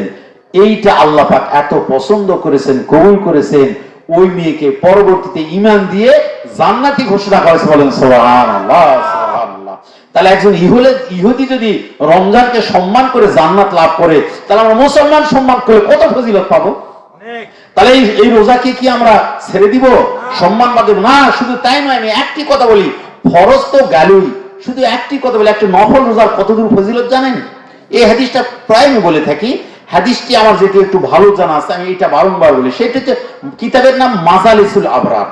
এই মাজালিসুল আবরার কিতাবের ভিতরে লেখা হয় একটি নফল রোজার ফজিলত। কি ফজিলত? যে একটি কাক বাসায় ডিম দিল, বাচ্চা ফুটালো, ওই বাচ্চা যতদিন জীবিত থাকবে, বড় হবে, জীবিত থাকবে, মৃত্যু পর্যন্ত যত রাস্তা সে রান করবে, একজন নফল রোজাকারীর ব্যক্তির ভিতরে আর জাহান্নামের ভিতরে এত দূরত্ব দাঁড়াবে। বলে সুবহানাল্লাহ। কথাটা আবার বলি, একটি কাক তার জন্ম থেকে মৃত্যু পর্যন্ত যত রাস্তা রান করবে, ওই নফল রোজাকারীর ভিতরে আর জাহান্নামের ভিতরে এত দূরত্ব দাঁড়াবে। সুবহানাল্লাহ। আল্লাহ পাক রাসূলকে বলা হলো, ইয়া রাসূলুল্লাহ সাল্লাল্লাহু আলাইহি ওয়াসাল্লাম, পৃথিবীতে অনেক প্রাণী আছে, কাকের কথা কেন আসলো? আল্লাহ পাকের হাবিব বলল, একটা কাক যদি আকস্মিক মৃত্যুবরণ না করে, বিষ না খায়, কারেন্ট অ্যাক্সিডেন্ট না করে, সর্বনিম্ন 100 বছর বাঁচে। সুবহানাল্লাহ। আর কাক হলো দ্রুত গতির প্রাণী। তাহলে এই যে দ্রুত গতির প্রাণী যদি এতদিন বাঁচে, জীবিত থেকে হাজার হাজার কিলো দৌড়াবে, ঠিক কিনা, রান করবে 100 বছরে, তাহলে একটি নফল রোজার দ্বারা যদি আমার মধ্যে আর জাহান্নামের মধ্যে এত ব্যবধান হয়, তাহলে ফরজ রোজার দ্বারা কি বান্দা জাহান্নামে যাবে? ওই ব্যক্তির জন্য জাহান্নামের আগুন আল্লাহ পাক হারাম করে দিবেন। বলেন সুবহানাল্লাহ। যার জন্য কেউই রোজাকে পরিহার করব না, ছেড়ে দিব না। আপনাদের হাতে ধরে পায়ে ধরে অনুরোধ করি, শত কষ্ট হলেও আমরা রোজা রাখবো। রোজা আমাদের রোগের সেবা করে দিবেন, রোজা আমাদের শরীর সুস্থ করে দিবেন। শরীর সুস্থ করার জন্য আল্লাহ পাক আমাদেরকে সম্মানিত সাওম দান করেছেন, রমাদানুল মুবারক মাসে রোজা দান করেছেন। সুবহানাল্লাহ। আমরা সকলেই চেষ্টা করব সম্মানিত রমাদানুল মুবারক মাসে কি করা, সম্মান করা। পাশাপাশি শুধু রোজা রাখবো, এরপর আমরা নামাজ আদায় করব। প্রিয় ভাই, একটি হাদিস শরীফ তিলাওয়াত করেছি, as-সালাতু ইমাদুদ্দিন, মান আকামাস সালাতা ফাকাদ আকামুদ্দিন ওয়া মান তারাকাস সালাতা ফাকাদ হাদামুদ্দিন। আল্লাহ পাকের হাবিব বলেছেন, যে ব্যক্তি সম্মানিত সালাত কায়েম করলো, সেই ব্যক্তি দ্বীন কায়েম করলো। যে ব্যক্তি সালাত ছেড়ে দিল, সেই ব্যক্তি দ্বীন ধ্বংস করলো। আমরা কি সম্মানিত দ্বীন ইসলামকে ধ্বংস করতে চাই? চাই না। তাহলে কি আমরা সালাত ছেড়ে দিব? না। আল্লাহ রাসূল বলছেন যে বাইনার রাজুলি ও বাইনাল কুফরি তরকুস সালাত, মুমিন এবং কাফেরের মধ্যে ব্যবধান হচ্ছে সালাত। তাহলে যারা নামাজ পড়ে না তারা কি? সবাই বলে যারা নামাজ পড়ে না তারা কি? আরে বলি না কেন, ও ফতুয়া নিজের মধ্যে বুঝা গেল নামাজের সংখ্যা কম আছে। বাইনার রাজুলি ও বাইনাল কুফরি তরকুস সালাত, মুমিন আর কাফেরের মধ্যে ব্যবধান হচ্ছে সালাত। যে নামাজ পড়ে না তার মানে সে বুঝা গেল ওই দলের, ঠিক কিনা? আল্লাহ রাসূল আরেকটি হাদিস শরীফ বলছে, আব্দুল্লাহ ইবনে আমর থেকে বর্ণিত হাদিস শরীফ, মান হাফাজ আলাইহা কানাত লাহু নূরা ওয়া বুরহানা ওয়া নাজাতান ইয়াউমাল কিয়ামা। আল্লাহ পাকের হাবিব বলেন, মান হাফাজ আলাইহা, যে ব্যক্তি নামাজের হেফাজত করলো, কানাত লাহু নূর, ওই ব্যক্তির জন্য নামাজটা নূর হবে। সুবহানাল্লাহ। বুরহান, দলিল হয়ে যাবে। সুবহানাল্লাহ। ওয়া মান লাম হাফিজ আলাইহা লাম তাকুল লাহু নূরা ওয়ালা বুরহানা ওয়ালা নাজাতান ইয়াউমাল কিয়ামাতি মা কারুন ওয়া ফিরআউন ওয়া হামান। আল্লাহ পাকের হাবিব বলে, যে ব্যক্তি সম্মানিত নামাজের হেফাজত করলো না, ওই ব্যক্তি জাহান্নামী হবে কারুন, ফেরাউন, হামানের সঙ্গে বলেন নাউজুবিল্লাহ নাউজুবিল্লাহ। তাহলে কি আমরা এখন থেকে নামাজ ছেড়ে দিব না? আল্লাহ রাসূল একটি হাদিস শরীফ, আল্লাহুম্মা বারিক লানা ফি রাজব ওয়া শাবান ওয়া বাল্লিগনা রমাদান। আল্লাহ পাকের হাবিব এই দোয়া করতেন, এই দোয়া করা সুন্নত। আর কয়েকদিন মাত্র আছে, আমরা এই দোয়া করে সুন্নতের ফজিলত হাসিল করি। একটি সুন্নত 100 শহীদের মর্যাদাকে, সুবহানাল্লাহ। তো এই জন্য অবশ্যই আমরা কি করব? সকলেই চেষ্টা করব সম্মানিত রমজানুল মুবারক মাসকে কি করার, সম্মান করার পাশাপাশি আমরা নামাজ কায়েম করার। আসলে আমরা মুসলমান। আল্লাহ রাসূল বলছে, একটু দয়া করে কান খুলে শোনো, আল্লাহ রাসূল কি বলেছেন? যে কিয়ামতের ময়দানে সর্বপ্রথম সালাতের হিসাব লওয়া হবে। আর যে ব্যক্তির সালাত অর্থাৎ নামাজ ভালো হয়ে যাবে, আল্লাহ রাসূল বলছে ওই বান্দার যদি অন্যান্য আমলের মধ্যে একটু ত্রুটি বিচ্ছুতি কিছু কমতিও থেকে থাকে, এই নামাজের কারণে আল্লাহ পাক তাকে ক্ষমা করে দিয়ে জান্নাতি ঘোষণা করবেন, সুবহানাল্লাহ। তাহলে বুঝা গেল নামাজ কত বড় আমল। নামাজ কিভাবে আল্লাহ পাকের সঙ্গে বান্দার কি করে দেয়, সম্পর্ক নিসবত তৈরি করে দেয়, বলেন সুবহানাল্লাহ। আর আমরা যে রিজিকের জন্য এত হাই হাই পাই পাই নাই নাই খাই খাই করি, এই সব কিছু কি হয়ে যাবে, একবারে শেষ হয়ে যাবে সম্মানিত সালাতের দ্বারা, সুবহানাল্লাহ। এই বিষয়ে ছোট্ট একটি ওয়াকিয়া বলে আপনারা বুঝতে পারবেন। যেই ব্যক্তি 5 ওয়াক্ত সালাত বা জামাতের সহিত আদায় করবে, আল্লাহ পাক তাকে 9টি পুরস্কার দিবেন। 3টি দুনিয়াতে, 3টি কবরে, 3টি হাসরে। এই দুনিয়ার 3টির প্রথমটি হচ্ছে যে রিজিকের জন্য আমি মৌলবি সহ, আমি প্রধান বক্তা সহ আমরা সকলেই ব্যস্ত আছি, ঠিক কিনা? এই প্রথম বিষয়টি রিজিক। কেমন রিজিকে বরকত দিবে, একটি ঘটনা বলে আমি শেষ করে দেব। সেটা হচ্ছে এক এলাকায় একজন বিশেষ দিনের আল্লাহওয়ালা মুসল্লি মুরব্বী ছিল। তো আগেকার সময় জুমা মসজিদ ছিল 4 গ্রাম 5 গ্রাম 7 গ্রাম ফাঁকে, পায়ে হেঁটে যেতে হতো। এখন যদি 3-4 গ্রাম দূর যেতে হয়, বাড়ির থেকে বের হয়, হেঁটে হেঁটে গেলে শরীরে একটা কায়িক পরিশ্রম হয়, কষ্ট হয় না, একটু ঘুম ঘুম ভাব হয়। তো ওই ব্যক্তি জুমার দিন জুমার নামাজ পড়তে যেতে হবে, সকালবেলা উঠে চিন্তা করতেছেন, জুমার জন্য প্রস্তুতি নিচ্ছেন। স্ত্রী এসে বলতেছে, স্বামী হে, আপনি তো জুমার সালাত আদায় করতে যাবেন, আজকে তো জুমাবার, কিন্তু সামনে তো কয়েকটা কাজ। বলে কি কাজ? বলে যে ওই যে আমাদের ক্ষেতের জমিটা আছে, ওইটা ফেটে চৌচির হয়ে গেছে, আজকে যদি পানি না দেওয়া হয় ফসলটা মারা যাবে। পাশাপাশি আমাদের বাড়িতে খাবার নাই, এক তিন্নিও আটা নাই, মেলে গম দেওয়া আছে, গম যদি না নিয়ে আসা হয় তাহলে তো রুটি খাওয়া যাবে না, তাহলে বাড়িতে খানাও তৈরি হবে না। 3 নম্বর বিষয় হলো, আমরা যে গাদা দিয়ে পানি ধয়ে বহন করে নিয়ে আসি, গাদাটা কাল থেকে খোঁজ পাওয়া যাচ্ছে না, গাদাটা হারাই গিয়েছে। এখন এই 3টি বিষয় সামনে উপস্থিত, আমি আপনাকে বললাম, আপনি যা করেন। এই মুসল্লি আল্লাহ পাকের বান্দা ওই হাদিস শরীফ চিন্তা করলেন, মান হাফাজ আলাইহা, যে ব্যক্তি নামাজের হেফাজত করবেন আল্লাহ পাক তার রিজিকের জিম্মাদারি নেবেন। উনি চিন্তা করে উনি মনে মনে শুনে বলেন, ঠিক আছে আমি আগে নামাজ পড়ে আসি, আল্লাহ পাক যা করে। এবার ডুব গোসল করে উনি সকালবেলা চললেন মসজিদে, 3-4 গ্রাম ফাঁকে সালাত আদায় করে জুমার নামাজ পড়ে জোহরের পরে আসতেছেন, মনে করতেছেন তো বাড়ি যাচ্ছি, জমিটা তো ফসল নষ্ট হয়ে যাচ্ছে, ততক্ষণ আমি জমির পাশ দিয়ে যাই। এবার জমির কাছাকাছি এসে আর এক ভাই ছবি তোলেন না, আমরা গুনার কাজ করি না ভাই, ইউটিউব দিলে তো হাজার হাজার প্রতিদিন দাওয়াত পাওয়া যেত। দেখো এবার আল্লাহ পাকের বান্দা করছে কি, জমির কাজ দিয়ে আসছে, দেখতেছে তার জমি পানি হয়েছে, সবাই বলে সুবহানাল্লাহ, পানি হয়েছে, আশ্চর্যকারে পানি হয়েছে। কেন? ভালোকে খুঁজে দেখে যে প্রতিবেশীর ওর একটা খাতের বড় জমি আছে 5-7 বিঘা, জমির পাশে কুড়া ঘর আছে, ওই জমিতে পানি টানি সিসে মিশিং টিশিং ওখানে থুয়ে, ওই খামার বাড়িতে মিশিং থুয়ে ওরা সবাই ঘুম পাড়তেছে। আর ওর জমি যে ফেটে গেছিল, ওই ফাটা দিয়ে পানি আসে আসে যা পরিমাণ দরকার তার জমি পরিপূর্ণ পানি হয়েছে, বলেন সুবহানাল্লাহ। উনি খুব খুশি হলেন, মান হাফাজ আলাইহা, এই যে আল্লাহ পাক যে নামাজের হেফাজত করে, আল্লাহ পাক তার রিজিকের জিম্মা লয়। এইবার চিন্তা করলেন, তাহলে তো ভালোই হলো, যাক আলহামদুলিল্লাহ, শুকরিয়া আদায় করে বাড়ির দিকে যাচ্ছে। বাড়ির দিকে কাছাকাছি যায় দেখে গাদার আস্তাবল, অর্থাৎ গোয়াল, গাদার গোয়াল আর কি, আস্তাবলে লক্ষ্য করতেছে গাদা দেখা যাচ্ছে। ক্যারে গাদা তো গতকাল হারায় গেছে, গাদা আসলো কোথার থেকে? যতই কাছে যায় ততই ভালো স্পষ্ট হচ্ছে আমাদের গাদা তো। ঘটনা, গাদা এখানে বান্ধা, মনে করছে ঠিক আছে বাড়ির যায়, বাড়ির দরজায় যায় দেখে গোস্ত আর রুটির সুগন্ধ আসছে, সুবহানাল্লাহ, গোস্ত আর রুটির সুগন্ধ।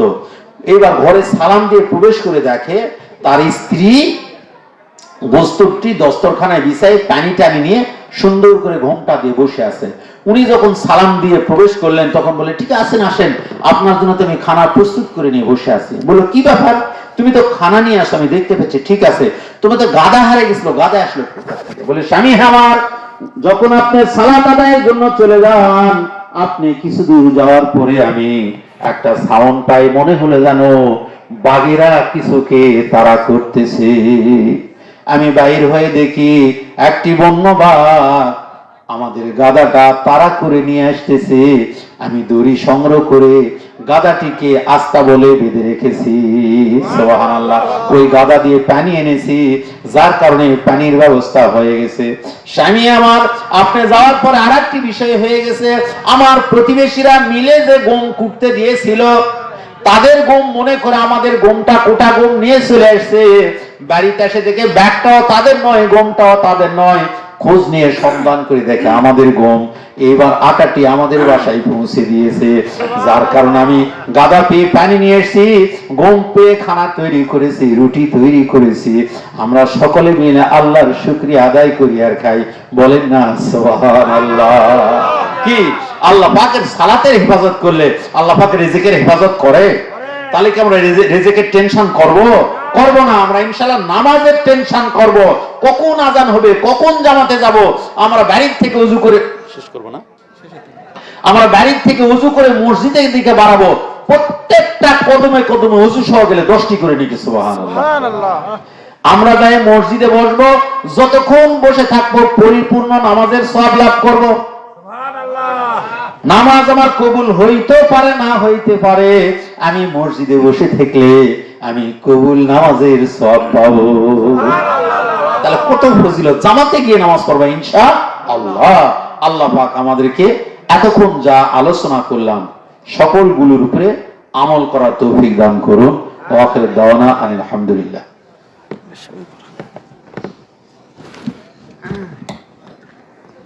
আলহামদুলিল্লাহ, আমরা এখনই শেষ করব পবিত্র মিলাদ শরীফ ও তাজিমে কিয়াম শরীফ তথা নবীজি সাল্লাল্লাহু আলাইহি ওয়াসাল্লাম ওনার শানে পবিত্র দরুদ ও সালাম শরীফ পাঠ করা হবে, এরপরই দোয়া করা হবে ইনশাআল্লাহ। পবিত্র মিলাদ শরীফ পাঠ করবেন হযরত আল্লামা মুহাম্মদ রিদওয়ানুল্লাহ নূর ভাই, ইমাম শান্তাহা লোকশেঠ জামে মসজিদ ভাইকে পবিত্র মিলাদ শরীফ পাঠ করার জন্য আহ্বান করছি।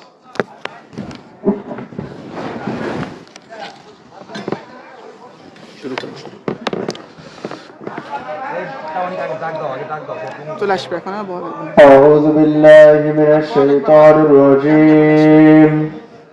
بسم الله الرحمن الرحيم. ما كان محمد أبا أحد من رجالكم ولكن رسول الله وخاتم النبيين وكان الله بكل شيء عليما. إن الله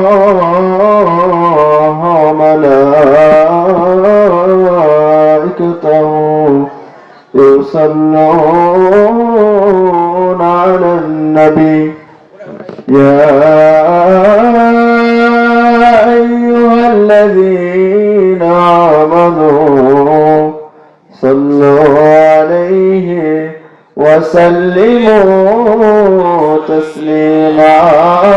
اللهم صل على سيدنا مولانا رسول الله وعلى آله سيدنا مولانا حبيب الله. اللهم صل على سيدنا مولانا رسول الله وعلى آله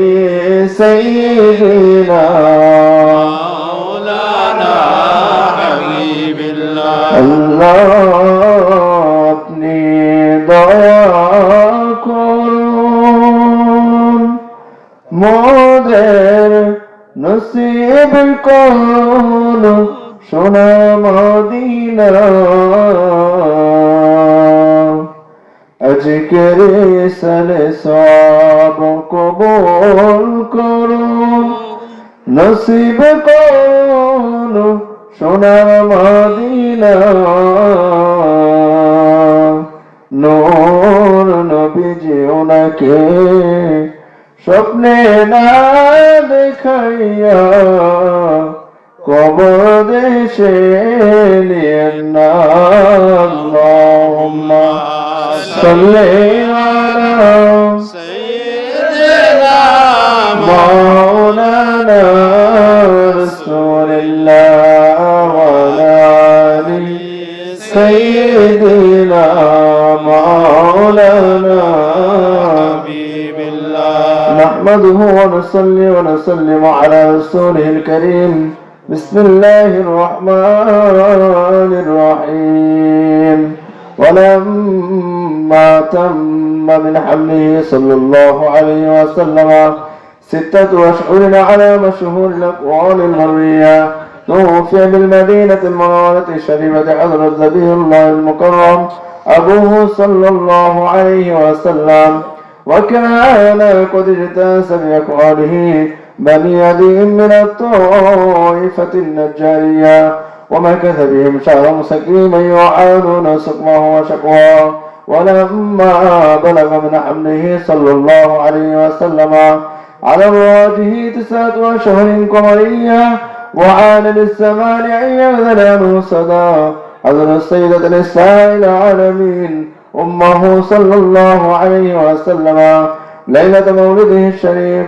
حضرة أم البشر عليها السلام وحضرة أم نبي الله الأولى والثانية عليهما السلام وحضرة ربة كليم الله عليها السلام وحضرة أم روح الله عليها السلام في نسوة من الحضيرة القدسية فوالدته سيد المرسلين إمام المرسلين خاتم النبيين النور المجسم حبيب الله صلى الله عليه وسلم نورا يتنال سنا صلى الله على رسول الله صلى الله صلى الله على حبيبي صلى الله عليه وسلم السلام عليكم يا رسول الله السلام عليكم يا نبي الله السلام عليكم يا حبيب الله صلوات الله عليكم আমাদের মওতের কালে আপনাকে ইয়া নবীজি কাছেতে পেলে থাকবে না মরণ যন্ত্রণা থাকবে না মরণ যন্ত্রণা দেখা দিন শাহে মদিনা আসসালামু আলাইকুম ইয়া রাসূলুল্লাহ আসসালামু আলাইকুম ইয়া নবী আল্লাহ السلام عليكم يا حبيب الله صلوات الله عليكم يا رسول الله يا حبيب الله صلاة سلام জামানার ইমামের দরুদ ও সালাম নিন হযরত আহলে বাইত শরীফ আলাইহিমুস সালাম ওনাদের নাত ও সালাম নিন আজকের এই পবিত্র মিলাদ কিয়াম ওই সালে সওয়াব ও দুয়ার মাহফিল ওনার আমরা যে উম্মত নবীজি আপনার আসসালামু আলাইকুম ইয়া রাসূলুল্লাহ আসসালামু আলাইকুম ইয়া নবী আল্লাহ আসসালামু আলাইকুম ইয়া হাবিবাল্লাহ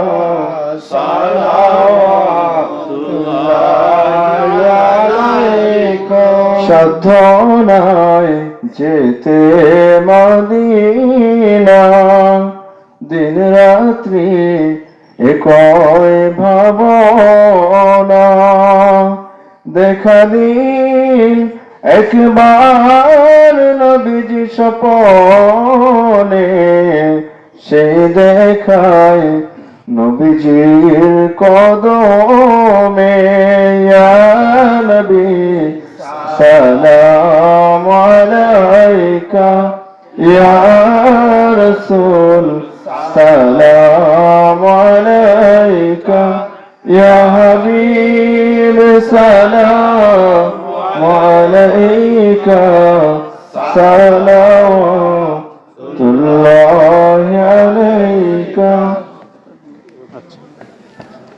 সম্মানিত ভাই, একটু বসার সময় আগায় বসেন, সবাই যেন বসতে পারে সেই সুযোগ দেন।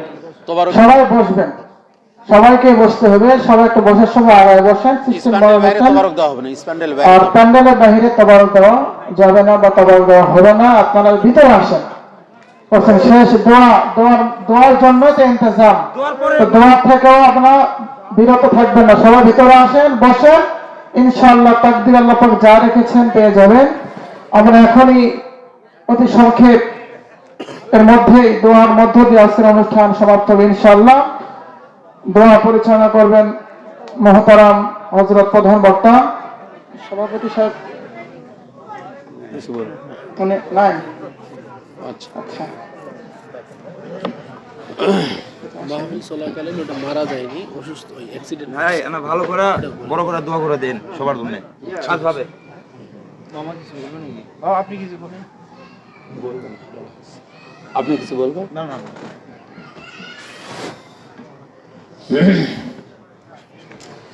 সম্মানিত উপস্থিতি, বিষয়টা হলো অধ্যকার মাহফিলের যিনি সভাপতি, আমার অত্যন্ত শ্রদ্ধাভাজন উল্লাসপুর আলিম মাদ্রাসার সহকারী মাওলানা নাজিমউদ্দিন সাহেব। তো আমি খুব খুশি হয়েছিলাম যে ওনাকে পাবো মাহফিল মাজলিসে। ওনার থেকে আমরা অনেক কিছু গ্রহণ করেছি, শিখেছি। আল্লাহ পাক ওনার হায়াতে তৈয়বা নসিব করুন। এটা ওনার গ্রাম, আমি খুবই মন থেকে আনন্দিত যে ওনার গ্রামে আপনাদের সামনে দুটি কথা বলার সৌভাগ্য হচ্ছে। উনিও মূলত সম্মানিত বাকিবিল্লাহ খাজা বাকিবিল্লাহ মহল্লা ওনার একজন বিশেষ সদস্য। ওনার শায়েখ আপনার কি বলে এটা, মামুন রশিদ সাহেব। আমি ওনার গ্রামের বাড়ি গিয়েছি, ওনার মাজার জিয়ারত করেছি আলহামদুলিল্লাহ। তো যাই হোক, এই পর্যায়ে দুইটি কথা আপনাদের মাঝে ভেঙে না দিলেই নয়। সেটা হচ্ছে যে, এক নম্বর, আমরা যে সম্মানিত মিলাদ শরীফে সালাম দিয়েছি, আসলে আগে যে আমরা সালামটা দিই সেইটাও বৈধ, এইটাও বৈধ, উভয়টাই ভালো। তবে এইটা একটু সালাম দিলে মনটা ইতমিনান হয়, ইতমিনান হয়, এই জন্য আমরা সালাম দিয়ে থাকি। এটা নিয়ে কোনো এর মধ্যে দ্বিমত নাই, বরঞ্চ সালাম দেওয়াটা ভালো আলহামদুলিল্লাহ। আর একটা বিষয়, আমার মামুন ভাই, উনি ভ্যান চালক, সাধারণ মানুষ এবং স্বল্প শিক্ষিত মানুষ। ওনার কিছু ভুল ত্রুটি থাকতে পারে, আমি আপনাদের কাছে ক্ষমা চেয়ে নিচ্ছি। ওনার ভুল ত্রুটির কারণে আপনারা মাহফিলকে কটাক্ষ করবেন না। মাহফিল মূলত আল্লাহ পাকের হাবিব হুজুর পাক সাহেব ওনাদের জন্য, মাহফিল মূলত এলাকার মৃত মানুষের ইসালের সবের জন্য। এই জন্য আপনার অবশ্যই ওনাকে সহযোগিতা করবেন। আর এই মাহফিল মজলিসে যদি আপনারা সহযোগিতা করেন, অবশ্যই এই এলাকার যত মুর্দাগুন রয়েছেন এদেরকে আপনার কি করা হবে? সহযোগিতা করা হবে। কারণ হাদিস শরীফের মধ্যে আসছে, আল্লাহ পাকের হাবিব বলেছেন যে ইজা মাতাল ইনসানু ইনকাতা আনহু আমালুহু ইল্লা মিন সালাসাতিন ইল্লা মিন সাদাকাতিন জারিয়াতিন আও ইলমিন ইনতাফাউ বিহি আও ওয়ালাদুন সালিহিন ইয়াদউ লাহু। যে মানুষ ইন্তেকালের পরে সব বন্ধ হয়, তিনটি আমল জারি থাকে। একটি হলো সাধারণ দান সদকা, আরেকটি হচ্ছে উপকারী ইলম, এই যে মানে আলিম ওলামা পীর মাশায়েখ এবং শিক্ষার যে বিষয়গুলো, মসজিদ মাদ্রাসা। আর আরেকটা জিনিস হলো তার নেককার সন্তান। এই তিনটি থাকে। নেক সন্তান যদি ওই পিতামাতার জন্য দোয়া করে, সঙ্গে সঙ্গে আল্লাহ পাক তার দোয়া যদি কবুল করে থাকেন, ওই ব্যক্তিকে জান্নাতি ঘোষণা করেন। সুবহানাল্লাহ। এখন সবার তো আর নেককার সন্তান নাই। তাহলে আপনার যদি মাহফিল মজলিসে দান করেন, অনেক মানুষ আসে, কত দাড়ি পাকা মুরব্বী আসে, কত মাসুম বাচ্চা আসে, কত আলিম উলামা আসে, কার না কারো হাতের উসিলায় দোয়া কবুল হবে, ঠিক কিনা? আর এই উসিলায় আল্লাহ পাক আমার আপনার পিতামাতার জীবনের সমস্ত গুনাহ খাতাগুলো ক্ষমা করে দিয়ে এলাকার মধ্যে শান্তি রহমত বর্ষণ করবেন। সুবহানাল্লাহ। হাদিসের ভিতরে সে আত-তাইবু মিনা যামবি কামাল্লা যামবালাহু, যে ব্যক্তি তওবা করলো সে যেন গুনাহই করে নাই। তাহলে আমার বাবা মা তওবা করতে পারেনি, আমরা পক্ষ থেকে করলাম। দুনিয়ার দৃষ্টান্ত বলি, আমার বাবার প্রতি হজ ফরজ ছিল, আমার বাবা পারেনি, আমি বদলি হজ করে দিটা হয় না? হয়, মাসলা হয়। এখন আবার বাবা মা বুঝিনি জানিনি, তারাও তওবা ইস্তেগফার করতে পারেনি। আমরা যদি তাদের পক্ষ থেকে করি, হাজার হাজার দলিল দিয়ে কবর রচনা করা হবে, তাদের কবরে দোয়া পৌঁছে তারা মাপ পায়, জান্নাতি হয়। সুবহানাল্লাহ। এই জন্য এই মাহফিলটা পিতামাতার কি মাপ পাওয়ার মাহফিল মাজলিস। এই মাহফিলকে আমরা হেলা করলে আমরা নিজেরা ক্ষতিগ্রস্ত হব। আর সে সাধারণ মানুষ বোঝে না, নফসানিয়াত থাকার কারণে হয়তো কিছু ভুল ত্রুটি করে। আমি আপনাদের কাছে তার জন্য ক্ষমা চাই। আপনারা অবশ্যই মাহফিলে সহযোগিতা করবেন ইনশাআল্লাহ। আরেকটা জিনিস, এখন দোয়া করা হবে। আল্লাহ রাসূল বলছেন, ভালো কি একটু শুনুন, উদউল্লাহ ওয়াদউহু ওয়া আনতুম বিল মুকিনিনা ওয়াল ইজাবা। উদউল্লাহ, তোমরা দোয়া করো, উদউহুম, আল্লাহর কাছে চাও, ওয়া আনতুম বিল মুকিনিনা, তোমরা ইয়াকিন রাখো, বিশ্বাস রাখো, বিল ইজাবা, তোমাদের দোয়া কবুল করা হচ্ছেই হবে। সুবহানাল্লাহ। আর মূলত মিলাদ শরীফের মাহফিলের দোয়া কবুল হয়েই থাকে 100 বার 1000 বার। দুনিয়ার যত দোয়া আপনার ব্যর্থ হতে পারে, মিলাদ শরীফের মাধ্যম দিয়ে দোয়া ব্যর্থ হয় না। এর প্রমাণ একটি ওয়াকা দিয়ে শেষ করি। বাবা আদম আলাইহিস সালাম, আমাদের আদি পিতা, আল্লাহ পাক যার কুদরতি হাতে ওনাকে সৃষ্টি করেছেন, ঠিক কিনা? এই বাবা আদম আলাইহিস সালামকে আল্লাহ পাক দুনিয়াতে দিয়েছেন দুনিয়া আবাদ করার জন্য, আমাদেরকে পাঠানোর জন্য। এই সময় উনি যখন আসলেন, বাবা আদম আলাইহিস সালাম একদিকে, মা হাওয়া আলাইহিস সালাম একদিকে। বাবা আদম আলাইহিস সালাম শ্রীলঙ্কার সেই পাহাড়ে, সিংহল পাহাড়ে, মা হাওয়া আলাইহিস সালাম সেই জেদ্দায় কান্নাকাটি করলেন, একত্রিত হলেন। আল্লাহ পাক যখন তার শান মান ফাজাইল ফজিলত বৃদ্ধি করবেন, ওনাকে একত্রিত করে বনি আদমকে সৃষ্টি করবেন, পাঠাবেন দুনিয়াতে, আল্লাহ পাক ওনার অন্তরে উদয় করে দিলেন। আমাদের আদি পিতা বাবা আদম আলাইহিস সালাম মনে সৃষ্টি করে দিলেন কার কথা? ওই যে ওনাকে যখন আল্লাহর কুদরতি হাত মোবারকে সৃষ্টি করে জান্নাতের মধ্যে রেখে ওনার রূহ ফুৎকার করে দিয়ে বলল যে, হে আদম আলাইহিস সালাম, তুমি কি করো? মাথা উত্তোলন করো। কি করো তুমি? ইরফা রাসাক ওয়া তাকাল্লিম, তুমি মাথা তুলো, আমার সাথে কথা বলো। উনি মাথা তুললেন, আল্লাহ পাকের শুকরিয়া আদায় করলেন, উপর দিকে তাকে দেখলেন বাবা আদম আলাইহিস সালাম যে বিসমিল্লাহির রহমানির রহিম লা ইলাহা ইল্লাল্লাহু মুহাম্মাদুর রাসূলুল্লাহ সাল্লাল্লাহু আলাইহি ওয়াসাল্লাম। এটা কিন্তু আদম আলাইহিস সালাম সৃষ্টির পরেই আল্লাহ পাক যখন তাকে কথা বলতেছিলেন, উনি প্রথম কথা আলহামদুলিল্লাহ পরে উপরে তাকে দেখেন যে বিসমিল্লাহর পরে লা ইলাহা ইল্লাল্লাহু মুহাম্মাদুর রাসূলুল্লাহ সাল্লাল্লাহু আলাইহি ওয়াসাল্লাম লিপিবদ্ধ রয়েছেন। এইটা দেখে উনি ওই সময় দোয়া করলেন, হে আল্লাহ পাক, আপনি ওই নামের উসিলায় আমাকে ক্ষমা করুন। সঙ্গে সঙ্গে আল্লাহ পাক বাবা আদম আলাইহিস সালাম ডাকে সাড়া দিলেন। এমনকি আল্লাহ পাক বললেন, হে বাবা আদম আলাইহিস সালাম, হে আদম আলাইহিস সালাম, যদি আমি ওই নামকে পয়দা না করতাম, আমি আল্লাহ পাক তোমাকেও পয়দা করতাম না। যেহেতু ওই নামের উসিলা দিয়েছেন, এই কারণে আমি আপনাকে ক্ষমা করলাম। সুবহানাল্লাহ। তাহলে দোয়াকে শিক্ষা দিলেন আমাদের আদি পিতা বাবা আদম আলাইহিস সালাম। কার উসিলা দিয়ে? নবী মুহাম্মদুর রাসূলুল্লাহ সাল্লাল্লাহু আলাইহি ওয়াসাল্লামের উসিলা দিয়ে, ঠিক কিনা? তার মানে দোয়ার সাথে আছে কিনা? আসি শেষ আর একটা কথা বলি, সূরা আলে ইমরানের 81 নম্বর আয়াত শরীফ। এই আয়াত শরীফ আল্লাহ পাক রূহের জগতে সকল নবী রাসূলের ওয়াদা নিয়েছেন যে তোমাদেরকে পাঠাচ্ছি একটি নবীর জন্য, তোমরা যদি আমার ওই নবীকে পাও তার ইজ্জত সম্মান করবে, খেদমত করবে। এইভাবে আল্লাহ পাক সাক্ষী থেকেছেন, সমস্ত নবী রাসূলের সাক্ষী নিয়েছেন। সুবহানাল্লাহ। যার কোন আল্লাহ পাক আপনার ওনার হাবিবকে এত মর্যাদা দিয়েছেন, যে কোনো বান্দা যত প্রকার গুনাহগার হোক না কেন, সে যদি নবীকে মহব্বত করে চোখের পানি ছেড়ে দেয়, তার 7 আসমান জমিনের ফাঁকা পরিমাণ গুনাহ হয়, আর নবীর উসিলা দিয়ে দোয়া করে আল্লাহ পাক সঙ্গে সঙ্গে তাকে বেগুনাহ মাসুম করেন। সুবহানাল্লাহ। এই জন্য উনি দোয়া কবুলের মাধ্যম। হযরত উমর ফারুক রাদিয়াল্লাহু তাআলা বিশিষ্ট ব্যক্তি, পৃথিবীর জমিনে আল্লাহ পাকের রাসূল বলেছেন যে তার চেয়ে আর ভয় শয়তান কাউকে করতে না। সে উমর ফারুক রাদিয়াল্লাহু বলছেন, ইন্না দুআ মাওকুফুন বাইনাস সামাই ওয়াল আরদ, নিশ্চয় দোয়া আসমান জমিনের মধ্যে ঝুলন্ত অবস্থায় থাকে।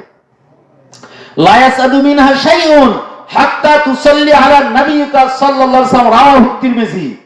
সম্মানিত তিরমিজি শরীফের riwayat, যতক্ষণ নবীর প্রতি দুরূদ না পড়া হয় ততক্ষণ দোয়া আল্লাহ পাক কবুল করেন না। সুবহানাল্লাহ। সুতরাং আমরা নবীর মিলাদ দিয়েছি, অবশ্যই দোয়া কবুল হবেই হবে।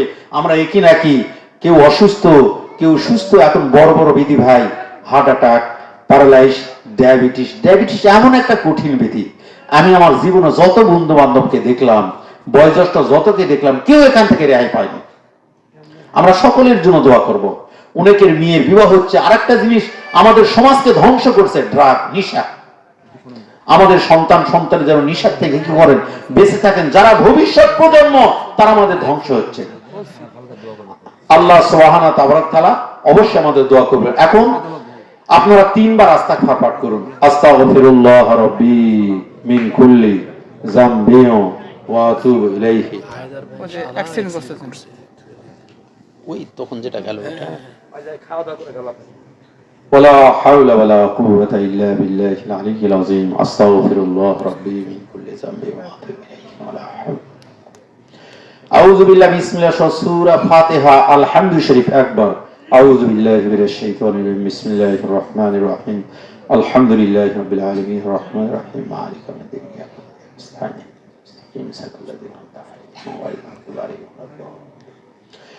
আউযু বিল্লাহি বিসমিল্লাহ। সূরা ইখলাস, কুল হু আল্লাহু আহাদ শরীফ 3 বার। আউযু বিল্লাহি মিনাশ শাইতানির রাজিম। বিসমিল্লাহির রহমানির রহিম। কুল হুয়াল্লাহু আহাদ আল্লাহুস সামাদ লাম ইয়ালিদ ওয়া লাম ইউলাদ ওয়া লাম ইয়াকুল লাহু কুল হুয়াল্লাহু আহাদ আল্লাহুস সামাদ লাম ইয়ালিদ ওয়া লাম ইউলাদ ওয়া লাম ইয়াকুল লাহু কুল হুয়াল্লাহু আহাদ আল্লাহুস সামাদ লাম ইয়ালিদ ওয়া লাম ইয়াকুল লাহু।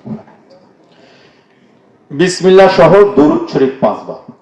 যিনারা দরুদ শরীফ জানেন না, সম্মানিত দরুদ শরীফ সাল্লাল্লাহু আলাইহি সাল্লাম ছোট্ট দরুদ, এইটাও 5 বার পাঠ করলে চলবে। বিসমিল্লাহির রহমানির রহিম।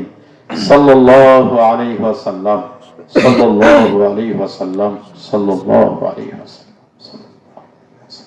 আল্লাহুম্মা সাল্লি আলা সাইয়্যিদিনা মুহাম্মাদ। আমি আপনাদের অনুরোধ করব, দোয়ার মধ্যে তবারক দিলে দোয়ার মানে বরকত নষ্ট হয়, আর দোয়ার বাইরে তবারক দিলে মানুষ দুইটার জন্য ঝামেলা করে। শোনো ভাইরা, আমি সাদা দাড়িওয়ালা মানুষ, আপনাদের অনুরোধ করছি, আপনারা একটার বেশি তবারক নেবেন না, ক্যাসাল করবেন না। তবারক দেওয়ার সময় সবাই নিচে আসবেন। দেখেন, সম্মান সবার জন্য। সামান্য খাবার তো এক সন্ধ্যা খেলে কি আর এক সন্ধ্যা খাওয়া লাগবে না? তবে এই জন্য দয়া করে আপনারা কেউ দুইটা নেওয়ার চেষ্টা করবেন না, বরঞ্চ সবাই মিলে যদি সহযোগিতা করেন সুন্দর হবে, ভালো লাগবে, রহমত বর্ষণ হবে, ঠিক কিনা? এই জন্য অবশ্যই সকলে ধৈর্য ধারণ করে সবাই তবারক নেবেন, নিয়ত করে খাবেন। যে যে উদ্দেশ্য নিয়ত করে খাবেন, আমি আপনাদের কথা দিলাম ইনশাআল্লাহ, আল্লাহ আল্লাহ রাসূলের উপর বিশ্বাস রেখে বলতেছি, রোগ ব্যাধি বালামসের শেফার জন্য খান, আপনার ভালো হয়ে যাবেন ইনশাআল্লাহ। এটা সম্মানিত মিলাদ শরীফের তবারক, সকলের মহব্বতের, দানের, পিতামাতা রূহ শাফাতের তবারক। এই তবারকের 100% বরকত আছে। اللهم آمين. اللهم صل على سيدنا مولانا النبي الأمي وآله وسلم. آمين. اللهم صل على سيدنا مولانا رسولنا معدن الجود والكرم وآله وسلم. آمين.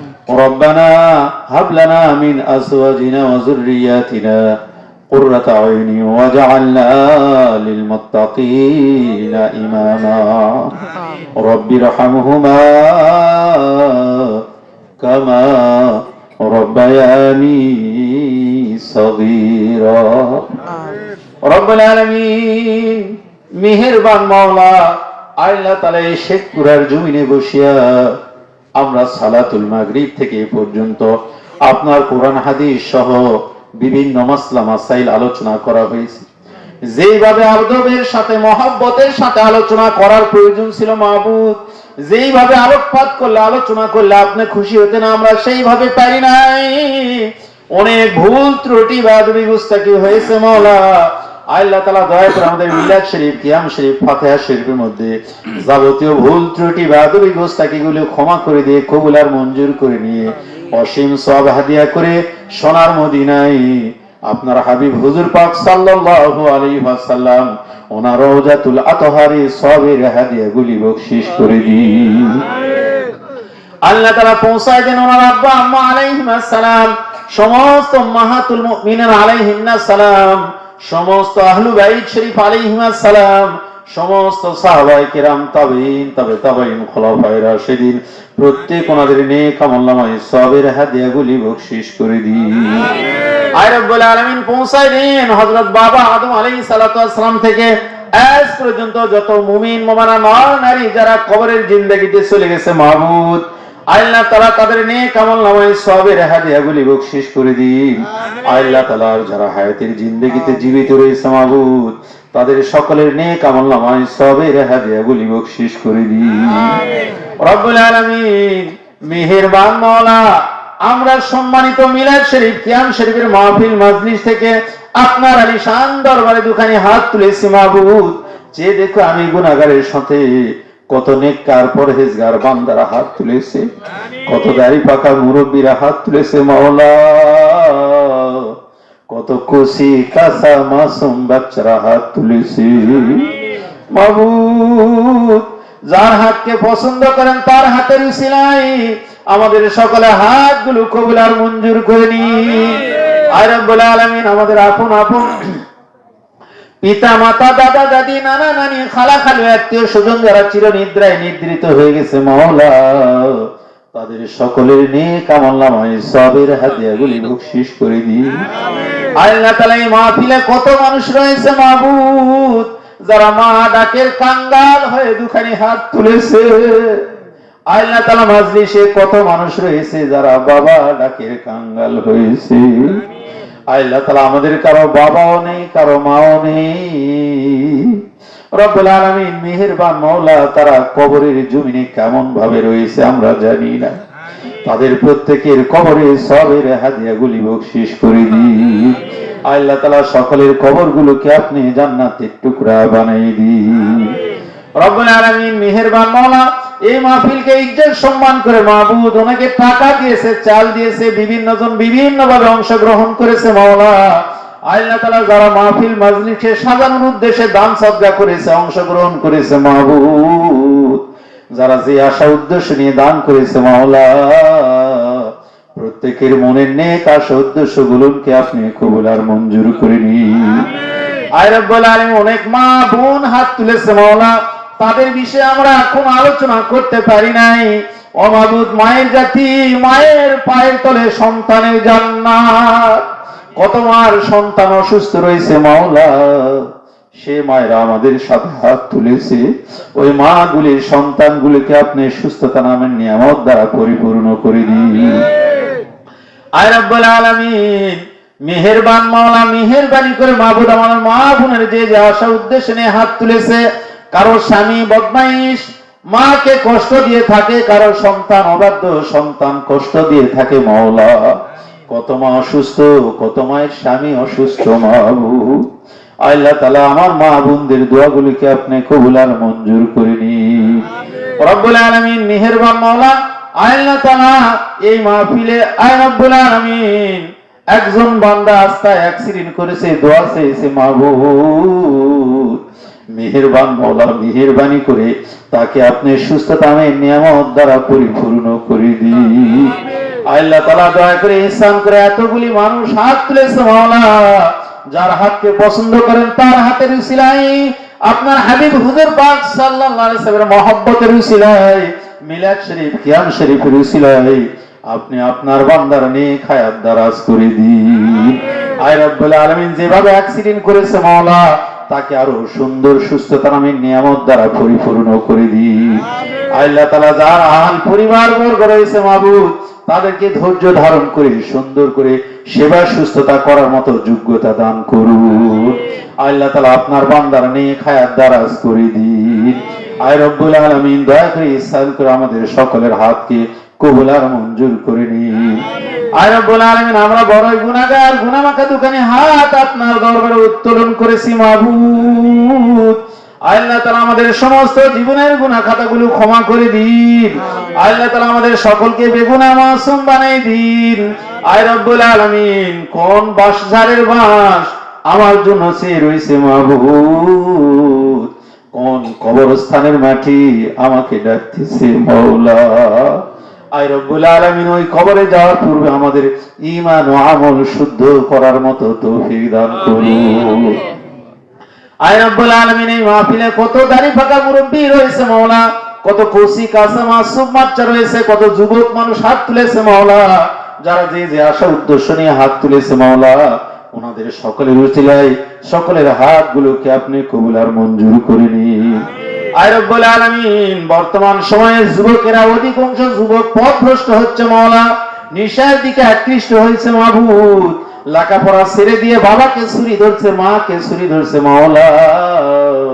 এই নিশা নামক অশান্তি থেকে আয় রব্বুল আলামিন, এই সমাজের সন্তান সন্ততি গুলোকে আপনি হেফাজত করুন।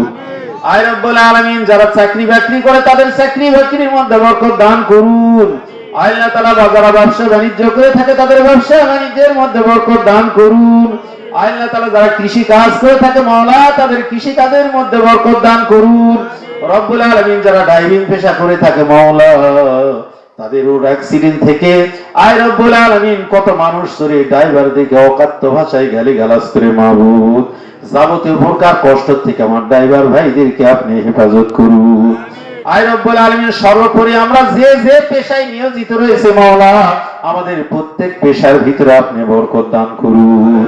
আল্লাহ তাআলা, আমাদের মধ্যে যারা অসুস্থ রয়েছে মাওলা, সকলকে আপনি সুস্থতার নিয়ামত দ্বারা পরিপূর্ণ করে দিন। আল্লাহ তাআলা, যারা ঋণগ্রস্ত রয়েছে মাবুদ, সকলের ঋণগুলিকে আপনি পরিশোধ করার ব্যবস্থা করে দিন। আল্লাহ তাআলা, যারা মামলা মোকদ্দমা কেস কাবারির মধ্যে রয়েছে মাওলা, তাদেরকে আপনি মামলা মোকদ্দমা কেস কাবারির থেকে হেফাজত করুন। আল্লাহুম্মা সাল্লি আলা সাইয়্যিদিনা মাওলানা আন-নাবিয়্যিল উম্মি ওয়া আলিহি ওয়া সাল্লিম। রব্বুল আলামিন, মেহেরবান মাওলা, আমার মামুন ভাইয়ের মাহফিল মাজলিসকে আপনি কবুল আর মঞ্জুর করে নিন। আয় রব্বুল আলামিন, আপনার বান্দা আয় রব্বুল আলামিন আমল আখলাক গুলো ভালো করার তৌফিক দান করুন। আল্লাহ তাআলা, অশিক্ষিত মানুষ, সাধারণ মানুষ মাহফিলের আঞ্জাম দিয়েছে মাওলা, দয়া করে মাহফিলটা কবুল করে নিয়ে তার বাড়িতে আপনি শান্তি, রহমত, বরকত নাজিল করুন। আয় রব্বুল আলামিন, দয়া করে ইহসান করে মেহেরবানি করে এই গ্রামের ভিতরে শেখপুরাকে আপনি ওলি আল্লাহদের মার্কাজ হিসেবে কবুল আর মঞ্জুর করে নিন। আয় রব্বুল আলামিন, নওগাঁবাসীকে আপনি কবুল আর মঞ্জুর করে নিন। আয় রব্বুল আলামিন, এই বাংলাদেশের গাছে মাছে ফলে ফসলে আপনি বরকত দান করুন। এই লাল সবুজের পতাকার দেশ আয় রব্বুল আলামিন, এই ওলি আল্লাহ দেশকে আপনি কবুল করে নিয়ে আপনার শেষ দিন পর্যন্ত বাংলাদেশ হিসাবে আয় রব্বুল আলামিন মানচিত্রের ভিতরে যেন অবস্থান করে। আল্লাহ তাআলা, আপনি দেশকে আপনি কবুল করে নিয়ে আয় রব্বুল আলামিন, এই দেশ নিয়ে অনেক ষড়যন্ত্র হচ্ছে মাওলা, আল্লাহ তাআলা বহির শত্রু থেকে এই দেশকে আপনি হেফাজত করুন। আয় রব্বুল আলামিন, দয়া করে ইহসান করে মেহেরবানি করে সামনে রমজান মাস আসছে মাবুদ, আমার সকলকে সম্মানিত রমজান মাসের ইজ্জত সম্মান করার তৌফিক দান করুন। আমাদের সকলকে রোজা পালন করার তৌফিক দান করুন। আল্লাহুম্মা সাল্লি আলা সাইয়্যিদিনা মাওলানা আন-নাবিয়্যিল উম্মি ওয়া আলিহি ওয়া সাল্লিম। আল্লাহ তাআলা, এই রোজার মাসে সকলকে আপনি বরকত দান করুন, সকলের সংসার আপনি সচ্ছলতা নিয়ামত দ্বারা পরিপূর্ণ করে দিন। আল্লাহুম্মা সাল্লি আলা সাইয়্যিদিনা মাওলানা আন-নাবিয়্যিল উম্মি ওয়া আলিহি ওয়া সাল্লিম। সর্বোপরি আল্লাহ পাক আপনার হাবিব হুজুর পাক সাল্লাল্লাহু আলাইহি ওয়াসাল্লাম উনি আমাদের জন্য যা চান আপনি তা আমাদেরকে নসিব করুন। উনি আমাদেরকে যা থেকে বিরত রাখতে চান আপনি আমাদেরকে তা থেকে বিরত রাখুন। আল্লাহ তাআলা দয়া করে ইহসান করে মেহেরবানি করে আমাদের সকলের নেক আশা নেক আরজু আল্লাহ পাক অনেকের অনেক মনের আশা উদ্দেশ্য হাত তুলেছে, আমি তাদের কথাগুলো বলতে পারি নাই মাওলা। এই মাহফিলের সম্মানার্থে যে যে আশা নিয়ে হাত তুলেছে মাওলা, সকলের মনের নেক আশাগুলোকে আপনি কবুল আর মঞ্জুর করে নিন। আল্লাহুম্মা সাল্লি আলা সাইয়্যিদিনা মাওলানা আন-নাবিয়্যিল উম্মি ওয়া আলিহি ওয়া সাল্লিম। সুবহানা রাব্বিকা রাব্বিল ইজ্জাতি আম্মা ইয়াসিফুন ওয়া সালামুন আলাল মুরসালিন ওয়ালহামদুলিল্লাহি রাব্বিল আলামিন। দয়া করে আপনারা সারি হয়ে বসেন, বিশৃঙ্খলা করুন, অনুরোধ করি আপনাদের হাতে ধরে বিশৃঙ্খলা করুন।